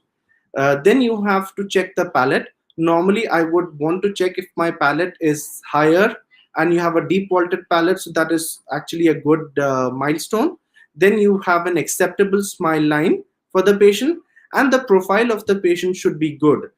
Because most of the cases that I'll be showing you today are basically non-extraction cases. So it's very important to keep the profile in mind, especially when you go by normal macroaesthetic norms. In the Caucasian population, even for that matter, the African population, or the Indian population for that matter, the normal nasolabial angle would be in excess of about somewhere around 95 to 98 degrees is considered normal, because the nose is longer and the lip profile is bigger. But where I practice mostly in the Southeast Asian region, the problem with macroaesthetics is that the upper lip is very thin and the nose is shorter. So our ideal nasolabial angle ranges close to 90 degrees. Anything slightly more than that starts to look convex again. And the ideal Southeast Asian profile is mostly straight. So you do not want to have patients having a convex profile, because it's not considered ideal and the patient probably would not be satisfied. So these are normally the wires that I use. Initial round wires, I normally uh, defy the convention wherein we start with the 013 copper night eye. I like to use a 012 thermal night eye at the very beginning, which is a very light wire. It just helps me get the teeth moving. Then I normally transition to a 013, a 014, and a 016 copper night eye. Phase 2 is this is the leveling alignment phase. Then when you want to finish your leveling alignment phase, we have 1425 and a 1625 copper night eye wire, which is mostly rectangular, but it's still very light. So it goes into the slots easily. The added benefit that you get is when you're expanding, it tends to give you an added amount of torque that doesn't let your roots move out. So that is some benefit that you get with using these in terms of patients you want to expand with. Then on the right side, you might want to see, this is normally what the first picture on the lower part of your screen, on the lower left, is normally the conventional arch forms that you would buy. But what I normally use is customized arch forms. So I normally make my own arch wires, that is my movement wires. Normally I make myself, so which is my 1825 and a 1925 wire. And my finishing wire is normally a 1925 stainless steel with offsets. So I just like do a little artistic wire bending just to get a nicer finish right at the end. So if I am using my 1925 as a working wire, then I would want to finish with a 2125. If I'm just using my 1825 as a working wire, then I normally finish with a 1925. So it all depends on what wires I'm working with in the working phase. So the first case that I would like to show you is this case. So the patient was 16 years of age, and she came in with class 3 molars. She came in with basically no canine relation. She had anterior cross bites. The smile line was still acceptable, and as you can see in the smiling pictures that she has dark buccal corridors, which is one of the factors I was telling you. Then you can see the palate is a bit high. So basically that gives you an idea that the patient does have space for expansion. So we planned for her again to start with passive self-ligating brackets. What I normally do is when I start my cases, I use posterior bite turbos for disocclusion. So when your teeth are disoccluded, it makes it easier for them to move out. So that's something which I do normally in most of my cases, that I use passive self-ligation. And I start with a 012 wire preferably. So as you can see, this patient was started with passive self-ligation brackets. This is just about roughly 4 months into treatment, that we already saw that the canines had come down to a class 1 molar relationship. The molars went again to class 1 molar relationship. And what we normally have to keep in mind is, if you go by profit, and most of the textbooks, they tell you that expansion in the canine region is not considered stable. So that beyond the maximum allowed limit is 0 to 1 millimeters. So anything beyond that is not very stable. So which is what I see in a lot of places, people showing cases with 4 mm, 5 mm of expansion, and then asking the patient to wear lifetime retainers, which is again something that we don't want. You want to expand, but you want to expand within limits. So you want what you're doing to be stable. You want to improve the function, aesthetic, as well as the quality of life of the patient, which I'm pretty sure if you're asking them to wear lifetime retainers, I'm sure most patients would not be very happy. So I would rather extract than expand to that limit. So the idea of using light forces is to make sure that the periodontal health remains good, and you start working with those mechanics as well as brackets, which help you get a good result. So after this, we went on to the next phase, in which we carried out a little IPR to make sure that we don't procline our anteriors. This is also the phase when we normally start, I normally start bonding my 7s when I remove my bite turbos, and when I more or less move towards my rectangular wires. Initial round wires, I more or less keep my brackets and the wires only till the first molars. Then with a little more time, we were able to finish with a proper class 1 with the proper class 1 relation, class 1 canines, good overjet. And another important marker is that you normally do not want to see more than zero 0.5 to 1 millimeters of gingival display, because in a South Asian profile it would look very gummy. So this is her Ceph before and after. So as I was telling you, you can see the nasolabial angle before and after. The nasolabial angle remains constant more or less. It's almost 90 when it's finished. And then after debonding, the patient was also advised to get her third molars removed. That just allows your room for your sevens to be upright. So as I was mentioning, this is her smile arc before. This is the premolar to premolar smile after. You can measure the canine width from before to after. As I'm sure it's very obvious in the picture that most of the expansion has been done in the premolar and molar regions just to ensure that it's stable in the long run. So this is a composite picture. So just to give you a brief heads up of what movements took place, you can even see in the extraoral pictures that the patient's nasolabial angle is 90 degrees. Occlusion seems good. That is one of my main aims, to make sure that the occlusion is well settled. I hear a lot of times people debonding brackets and saying the occlusion will settle later on.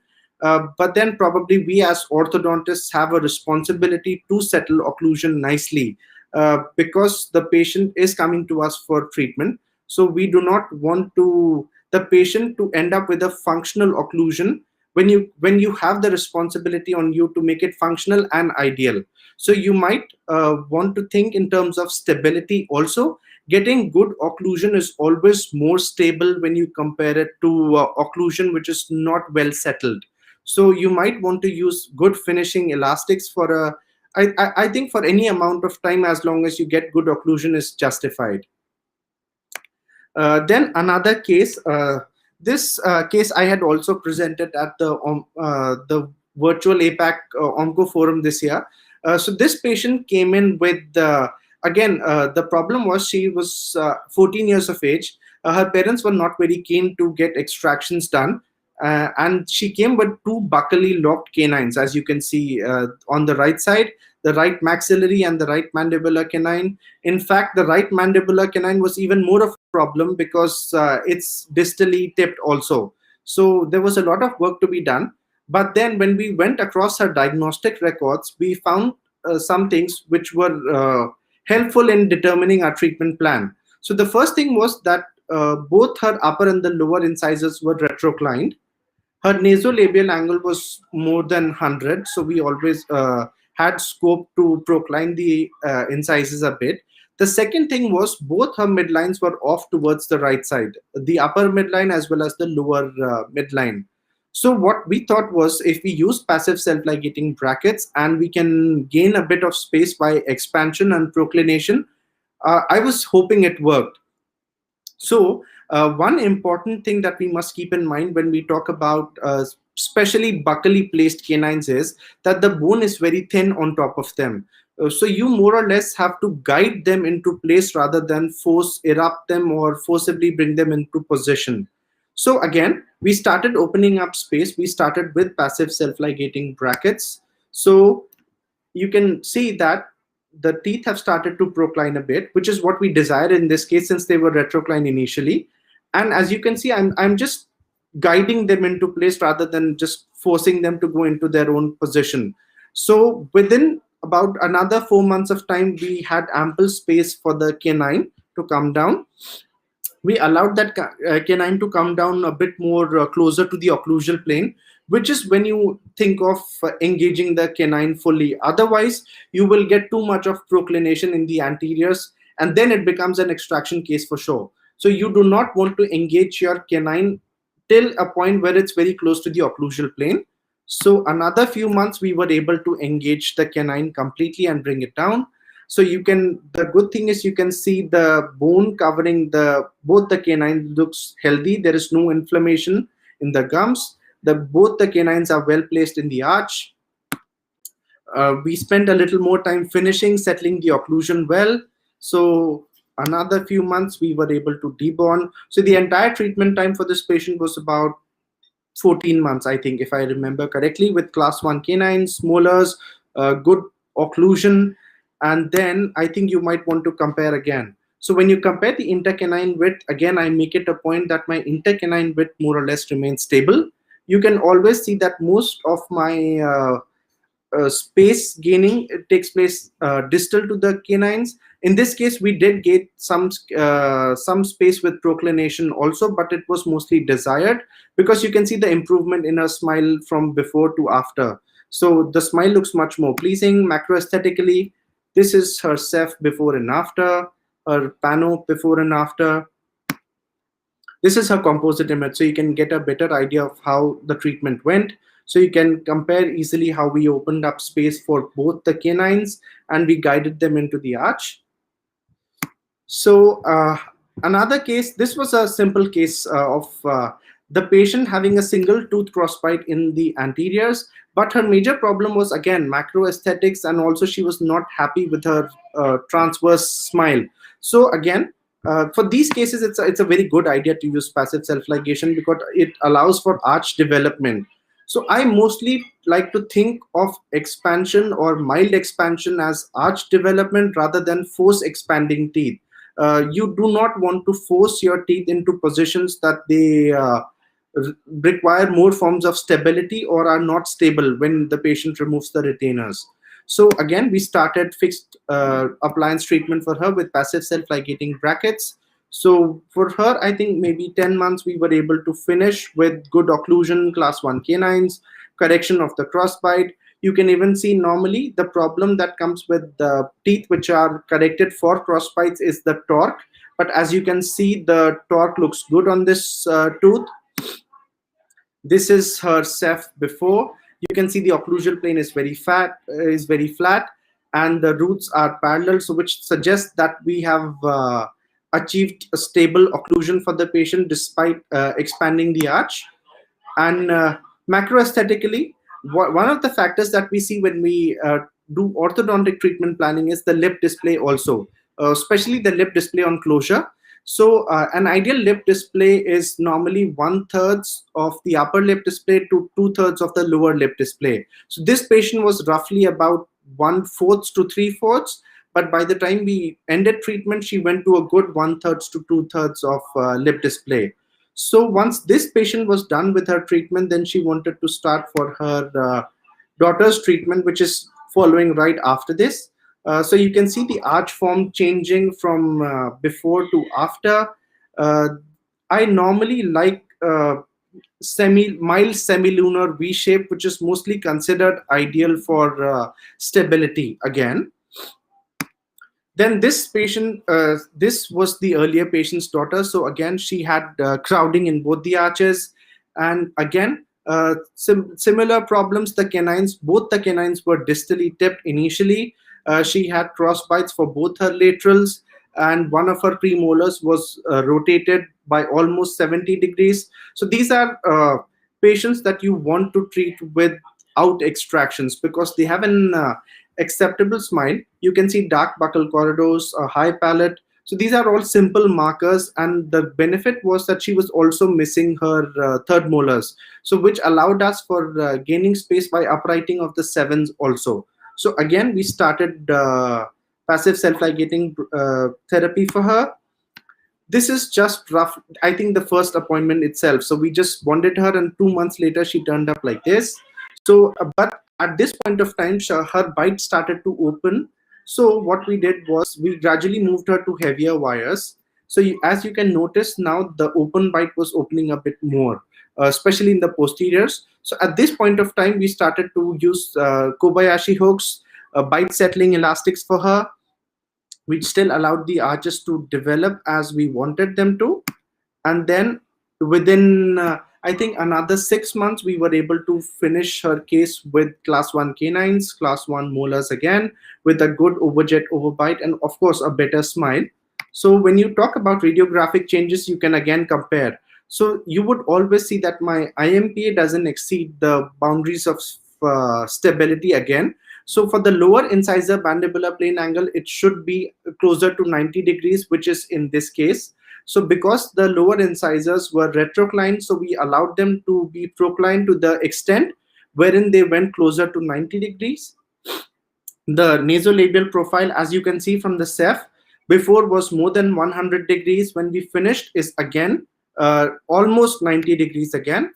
So if that wasn't clear, just to make it a bit more clear, you might want to see the next slide.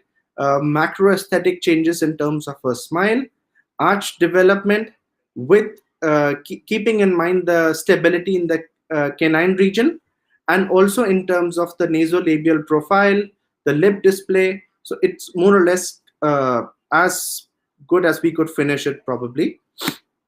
This is again her composite image. So you can see the arch development that has taken place in both the arches, and this is the finish for that patient.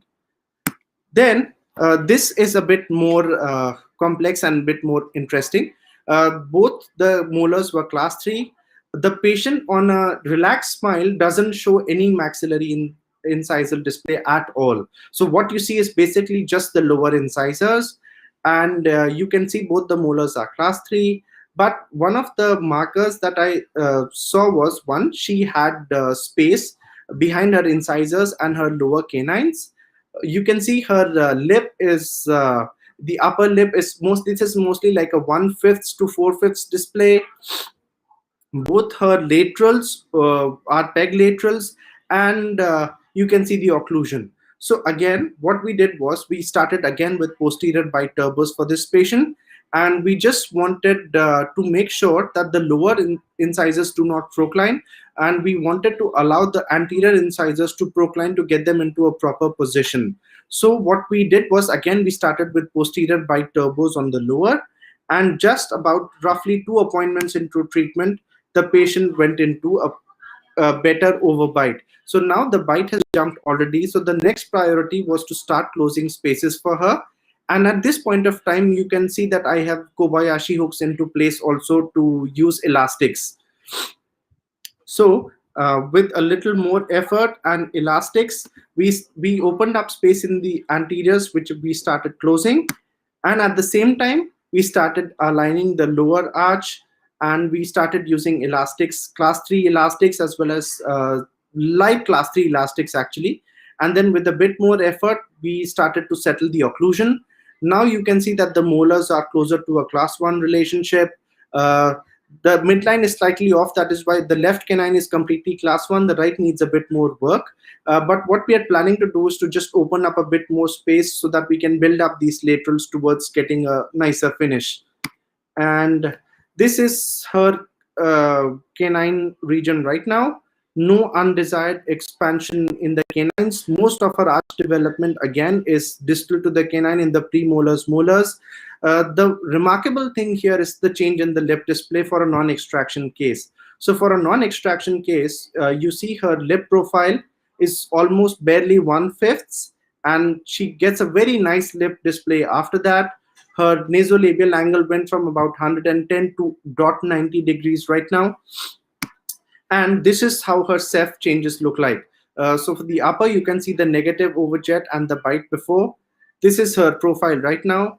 The lower, this is just something that I like to play around with at times. It's infrared imaging. So I was just trying infrared imaging to get a better understanding of how her profile changed. So this was just to get an idea of how it looks like after jumping the bite.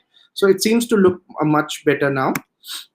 So this is her composite image, the change in her nasolabial angle. So as you can see, this is a 0.90 degrees angle when we managed to jump her bite, and now we're mostly just in the settling phase. Another patient for, again, for transverse problems is this one. So this patient mostly did not have a very proper settled bite. As you can notice, his posterior bite is more or less closer to an edge-to-edge bite. And in the lowers, he also had a retained deciduous canine in the lower lower left quadrant. So we extracted the lower left deciduous canine, and then we again started with the passive self-ligating brackets. So as you can, what we did in this case was we initially bonded the uppers only to just allow them to expand for one appointment, which is when we bonded the lowers. So within no time, we were able to just expand the uppers and get them to a better occlusal relationship. And this is how it finished, with the midlines on, with the proper posterior occlusion now, and lower spaces closed for the deciduous canine which were left. So both canines are class 1, molars are class 1.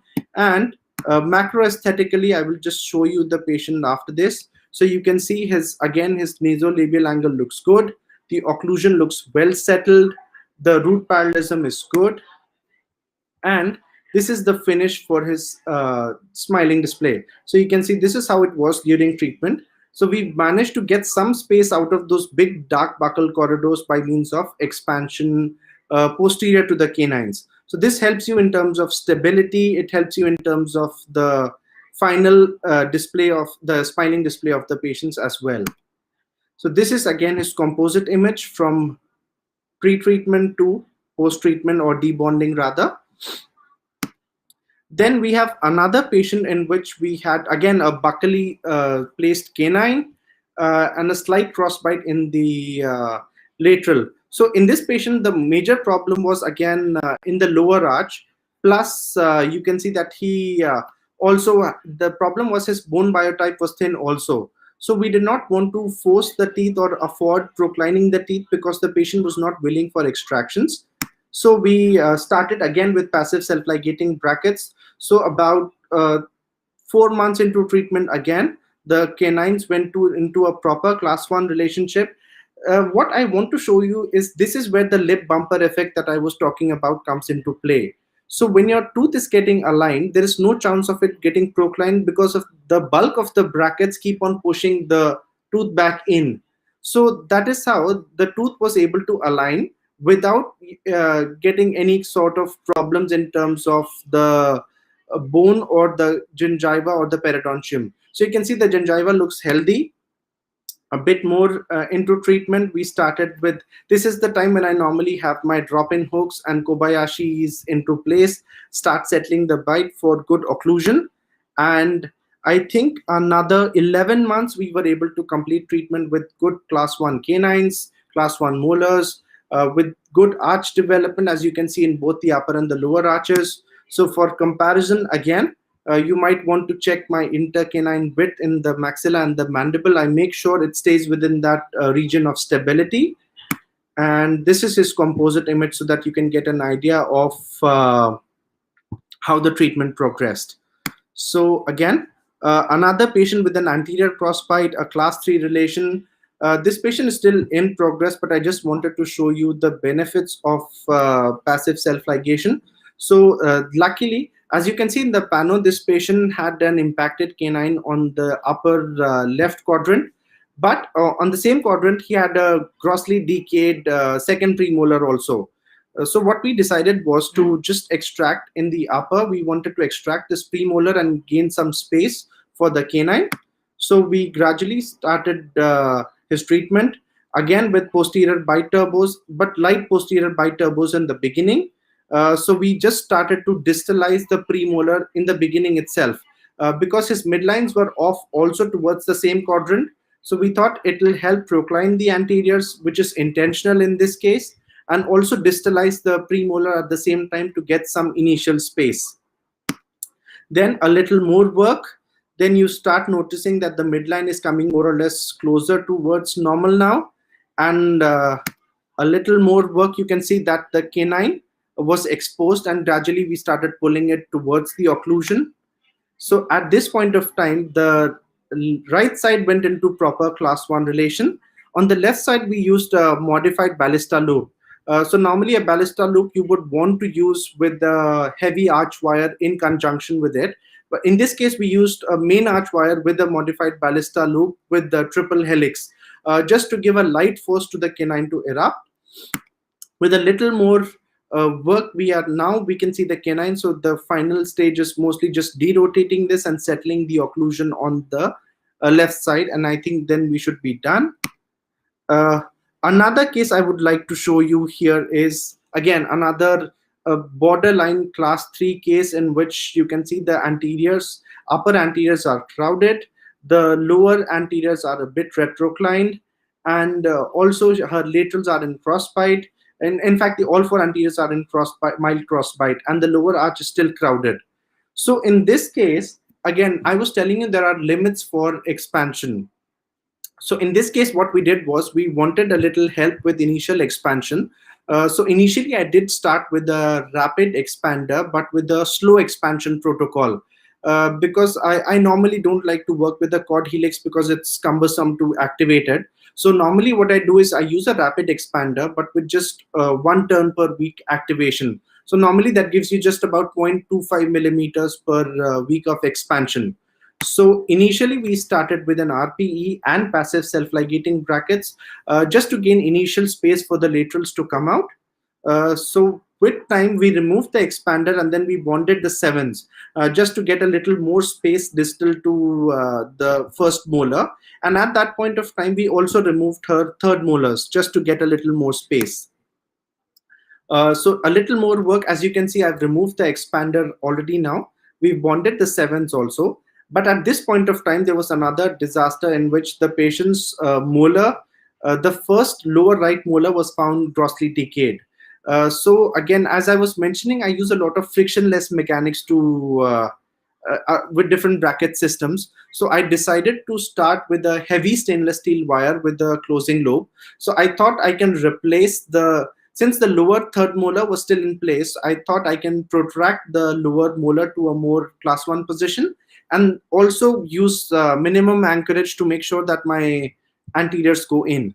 So a little more work, the relationship reached almost edge to edge. But at this point of time, you can see that the molars on the left side are still full class 3. The canines are still class 3. So at this point of time, again, I started using my class 3 elastics from my lower 3s to the upper 7s. So a little more work. You can see that the canines go into a full class 1 relationship. The molars go into a full class 1 relationship with space closure this side. And at this point of time, I just have to close my molar space a bit more and then we are done. So this is her smile display right now from before to now. And this is the arch expansion that has taken place. So this is how it looks right now. So another benefit. So since we were talking about how fast passive self-ligation brackets can work, this is just a case in progress because I just wanted to show you how fast they work. So this patient again came with an anterior crossbite. But again, this patient is 14 years of age. So we were not keen to extract in this patient again. But what again, I normally do plan to extract third molars in these patients. You don't get the third molar space very easily unless you're using buccal shelf or infrazygomatic screws. But that does allow your second molars to upright. So that helps you gain a little more space in that region. So again, this patient, we just bonded with bite blocks. And the second appointment that he came back for a follow-up, he started to look like this. So the bite was jumped. The canines went directly to closer to a class 1 relationship. The molars also. So we just moved him to a 0.14 copper niti and we just reduced the bite blocks a bit. So it started to look like this, where the canines are full class 1 right now. The arch looks good. So at this point of time, we keep reducing our bite turbos appointment by appointment. So a little more work, and this is how it looks like right now. So it looks like it should finish soon, maybe another few months we should be done with it. So this is his composite image. So at this point of time, I would want to remove my bite turbos and bond my upper and lower 7s also, just to make the occlusion more well settled in both the areas. So I think after this, I just have one more case to show probably. So this was, I still have to arrange her complete records, but this is just a composite image to show you. Especially again in growing patients, it's very useful to have a fixed appliance wherein you get very light continuous forces. I did not want to use an expander for her. I did not want to use any additional appliance for her. So I just started with a 2x4 appliance in which I bonded the 4 anteriors and the molars itself. And with time, I just gradually just allowed the teeth to erupt. So as you can see in her initial panel, you will even see she's a mixed dentition case at the beginning. So she even had her deciduous teeth in the beginning, but a little more treatment that went into progress, and then we were able to finish with proper class 1 canines and class 1 molars and well settled occlusion. And again, you can notice that her canines haven't erupted in the occlusal photos before. Most of the space expansion along with eruption for the second molars has taken place after the patient went into permanent dentition. So this allowed us to get a very good result in terms of expansion and non-extraction. So you can compare the initial ceph to the post-treatment ceph where the occlusion looks well settled. The root parallelism looks very good, so I'm guessing it should be stable over a long term. So this is again something that we have to keep in mind in terms of treatment planning. Proper diagnosis, as I said before, is very essential to get good changes. So it's not that every patient needs to be treated with complex appliances. Simplified mechanics are as useful as probably complex mechanics in treating cases which are properly diagnosed. In terms of stability, there are many factors which are helpful in terms of stable occlusion. One is good intercuspation. As I told you, you can see in almost all my cases, I make sure that the occlusion is well settled. Then it has been seen that expanding the maxilla brings the tongue to a slightly higher resting position. So that does allow you to keep your transverse expansion a bit more stable. And again, so it may be you also have to take into account in cases of diagnosis that it may be a bit less stable in patients who are mouth breathers because of the lower natural tongue position. And then when we talk about retainers, make sure that you would want to use Hollies or acrylic based retainers rather than the vacuum retainers because they help you get more stronger retention compared to Essex retainers, which are a bit more flexible, and as such they do not have the strength to make sure that your teeth stay into their new positions. Then I would like to conclude with saying that there are lots of ways of maxillary expansion, as I did elaborate before, and this keeps on it's again a very controversial topic, but it's a very good clinical topic to discuss because it depends on the case itself in question as to what modality you would want to use for expansion. The method, it depends on one, what is the nature of discrepancy or the nature of malocclusion, the age of the patient, whether the patient is in a growing age or an adult, as well as the periodontal health, the bone biotype. So these are important factors when we talk about planning treatment with expansion. And then especially in growing patients, you might want to overcorrect a bit, especially in growing class 3 patients. If you're doing non-extraction treatment, you might want to think of a bit of overcorrection because of some amount of relapse that may occur, which can be compensated by overcorrection. So finally, I would just like to say that the key is to keep improving. Me, myself, I'm not there yet. I also try and improve myself in whatever way I can and trying to get faster, not in terms of finishing patients, but faster in terms of minimizing iatrogenic damage so that we can get better results in the minimum possible time. So you might want to think of treatment modalities and making plans in which you cause minimum side effects or minimum iatrogenic problems so that you can finish the case faster in those terms. And I'd like to thank you all for listening in, and I'll be happy to take up any questions after this, please. Thank you.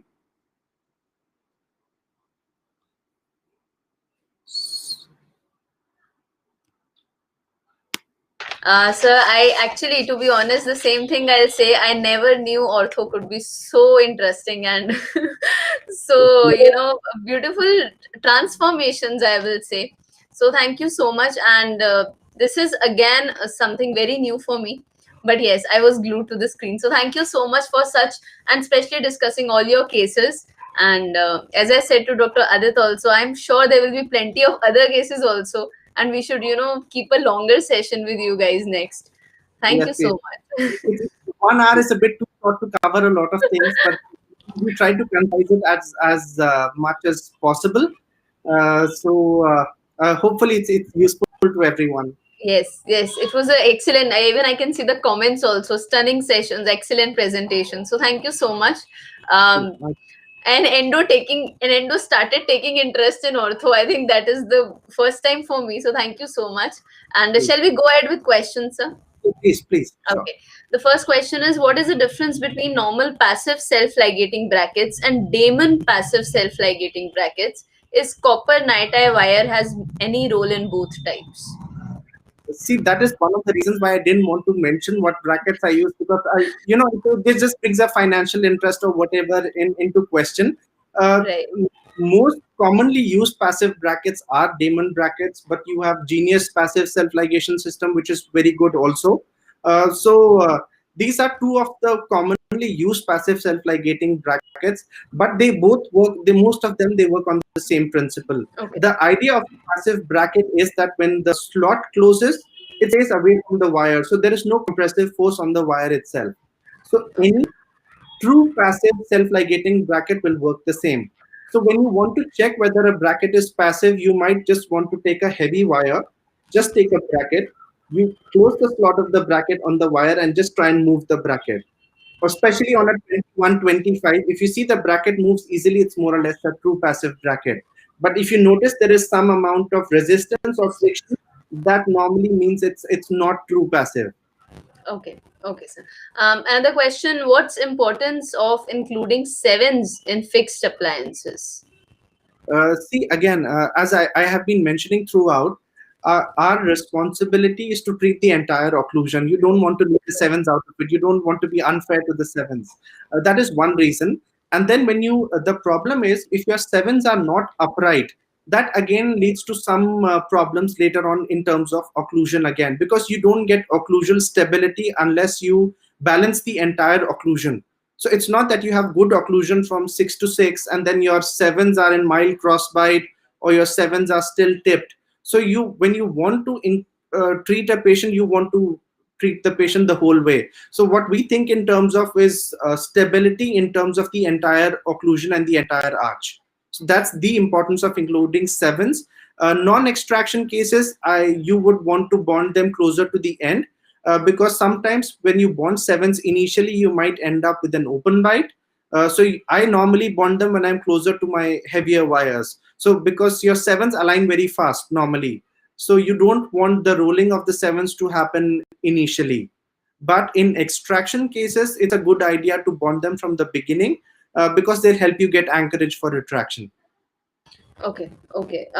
Next question is actually this is from my side. I've heard a lot of people who are giving ortho options to patients that if you go for ligating self-ligating brackets, your treatment time will reduce. Is it true? Is it a myth? Is it like it depends upon case to case? How? Again, that is something that I mentioned. I mentioned one of the studies Yes. which was. So according to that study, basically what happened was that in that study, they found that passive self-ligation brackets in terms of rotation and crowding corrections work about 2.7 times faster. Okay. Then there were other studies in which they found that there is no difference. So that is why I mentioned the problem is one with the study design. So for example, if there is a long-term cross-sectional study which is done in different demographic areas, then probably we can get a proper answer. My answer from clinical experience is that it does work a little faster. But yes, that's again open to a lot of discussion. Discussions. Okay. You mentioned giving bite blocks. Even Dr. Adit mentioned in posteriorly. Is there any particular height of it or minimum height of it that we should?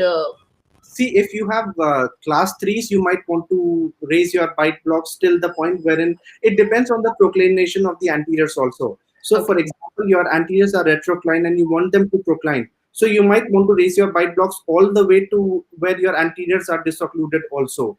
Right. But in cases where you do not desire much of proclination, then I would just use maybe 1 mm blocks or 1.5 mm blocks maximum. That's just for disocclusion only. Okay. Okay, Yeah. now this is a question from an endodontist, sir, because in every GIF, I don't know, I'll just ask you because it came in my mind. Sometimes in FMR cases, when we are doing full mouth rehabilitation, we disocclude posteriors. Yes. So, is there any like height of that also that we should do? Because in that proclination is not the factor, it is just the space that we need. Yes, so that's why I said in terms of orthodontics, mostly we think of bite blocks their bite blocks are basically aids to your treatment. So if Right. you uh, want your anteriors to procline, especially in Okay. class 3 pseudo class 3s, you would want to have enough leeway space for them to move out. Right. But Right. Right. in other cases wherein you want simple expansion, you just want enough of clearance between the upper and the Right. lower so that you have space for expansion. So Right. for those cases, that's why I told you. And I normally place my bite blocks as distal as possible. So most Okay. cases I would raise it on the sevens. On the And seven. sevens are not in a favorable position, I would always do it on the sevens. Because the rule says that when you have 1 mm of disocclusion in the posteriors, you get about 3 mm of disocclusion in the anteriors. Okay. Okay, So sir. that's how much you have to take into account. So a 2 mm posterior bite block would give you about 6 mm of clearance in the front. So you Okay. don't want that much in every case also, because you have to take into account the TMJ, the positioning of the condyle also.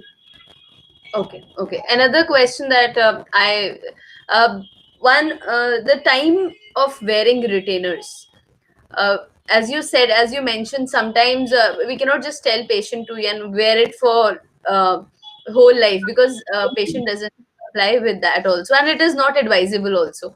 So it depends upon treatment to treatment, or is there any fixed time as far as passive ligation is concerned? See, normally I would give my fixed retainers for at least 5 years.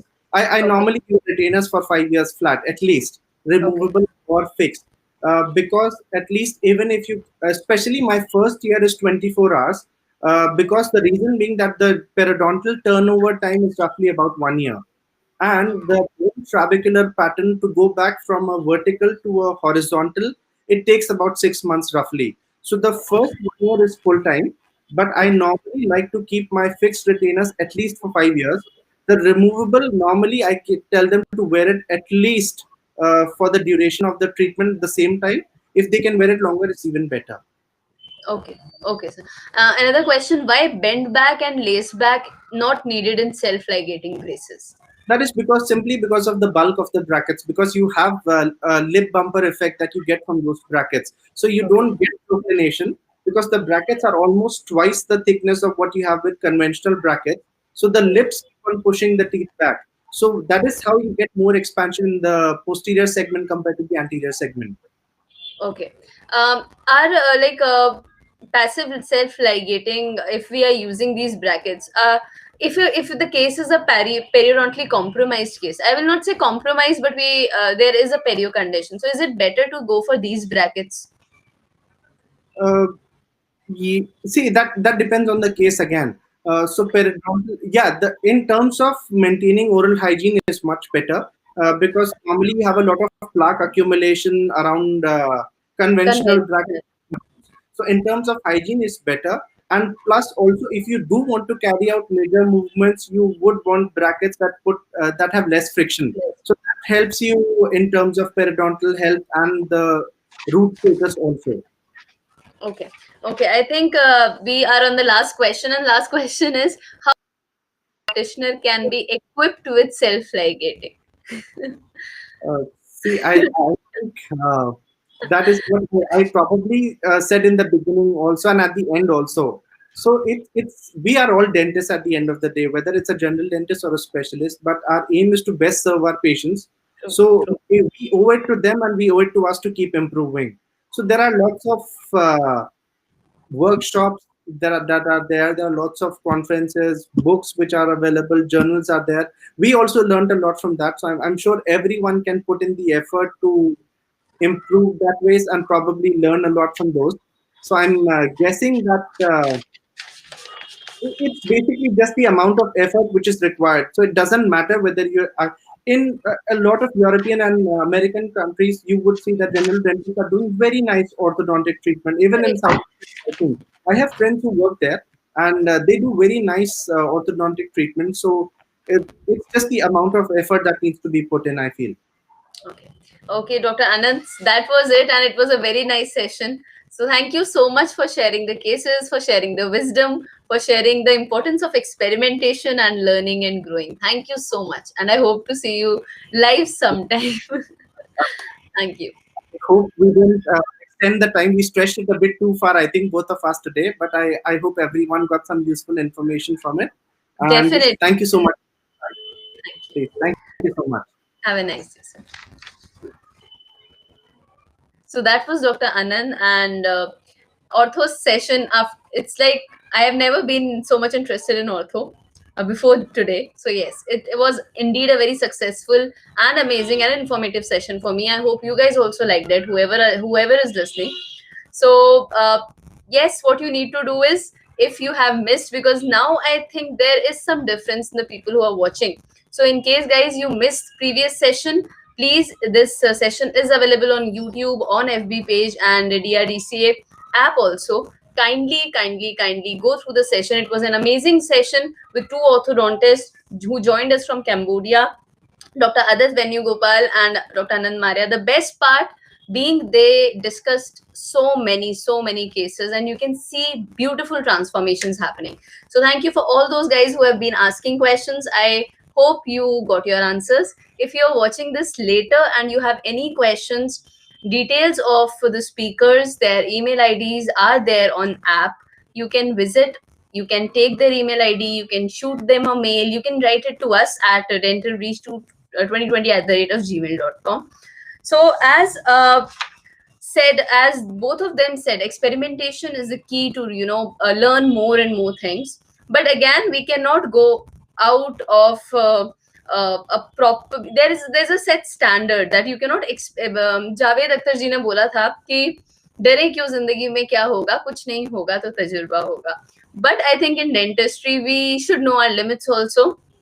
Like there were different cases that were discussed that CBCT is required, everything is required before we do any treatment planning. So yes, diagnosis is the key to do good dental treatment, and I hope you guys learned a lot from this. On that note, let me, I think, wind up today's session. It was a beautiful session with a prostho discussion of suction effective mandibular complete denture in the morning, and evening this was an ortho session, ortho special session. In case you missed, it will be there on YouTube, Facebook, as well as D app. Now, some pointers for you before I introduce Thursday's speakers to you. So some pointers are that first you need to download Eventi app, find DRDCA, go and click on that session. DRDCA will be there. So just click on it and you will get registered. Once you get registered, you need to go and fill the feedback form also, so that you are eligible for certificate of participation, and you'll get almost 40 CD points. Other than that, there are two chances actually to win good gifts, goodies, I will say. So first is Diwali Dhamaka. That was, Dr. Rumpa Vig was sweet enough to introduce that. So this one, you have time till midnight. What you need to do is, the video of the session is not there now, but an article will be there on the app. You need to go click on that article, read it out. It is basically a reading material for you. So read it out, and once you read it out, there will be a questionnaire. Fill that questionnaire and send that questionnaire by today, like midnight. And we'll select five winners, 3 or 5 depending upon the answers that we get. 5 winners, and they'll get gift hampers from Pulp Dent, sponsored by M&M Dental Products. Another thing is Novolace Dental Therapy Laser Machine. This one, you can win this. What you need to do is, again, register yourself for the app. Register yourself on the app for DRDCA. Be active participant in scientific sessions. There are still 2 scientific sessions left. So what you need to do is, you need to put questions, tag your friends, share it with them, and take the screenshots while doing so. Follow us on FB at DRDCA page, and send those screenshots to us at drdca2020@gmail.com. All the details of both the competitions are there on FB page as well as app, so kindly go through them. So these are the things that I wanted to mention. Another thing is about the next session. We have two sessions left now. One is on Thursday and one is on Saturday. Saturday scientific sessions will end, but Sunday we have an awards night. So what you can do is you can also write a mail and tell them to give an award to me also as a host. Well, that was the mazak, nothing else. But yes, on Thursday we have endo special session once again. We have Dr. Rohit Shetty joining us and Dr. Nikhil Bahaguna, and I'm so looking forward to this session because I'm an endodontist. So yes, they'll be discussing about biorestoration. They will be discussing about the blend of restoration and also restoration. And the session is, wait, I'll tell you. The session starts at 6 or 4. I have written it somewhere. So you can see it on DRDC FB page. But yes, Dr. Rohit Shetty, Dr. Nikhil Bhaguna, very famous names in endo circuit, in endo circle, I will say. So please be there for their lecture, and till Thursday, just enjoy these days. COVID is there out, so please don't roam outside. Wear a mask if you're roaming. That is a request from my side. On that note, I'll take your leave. Bye-bye, guys. See you.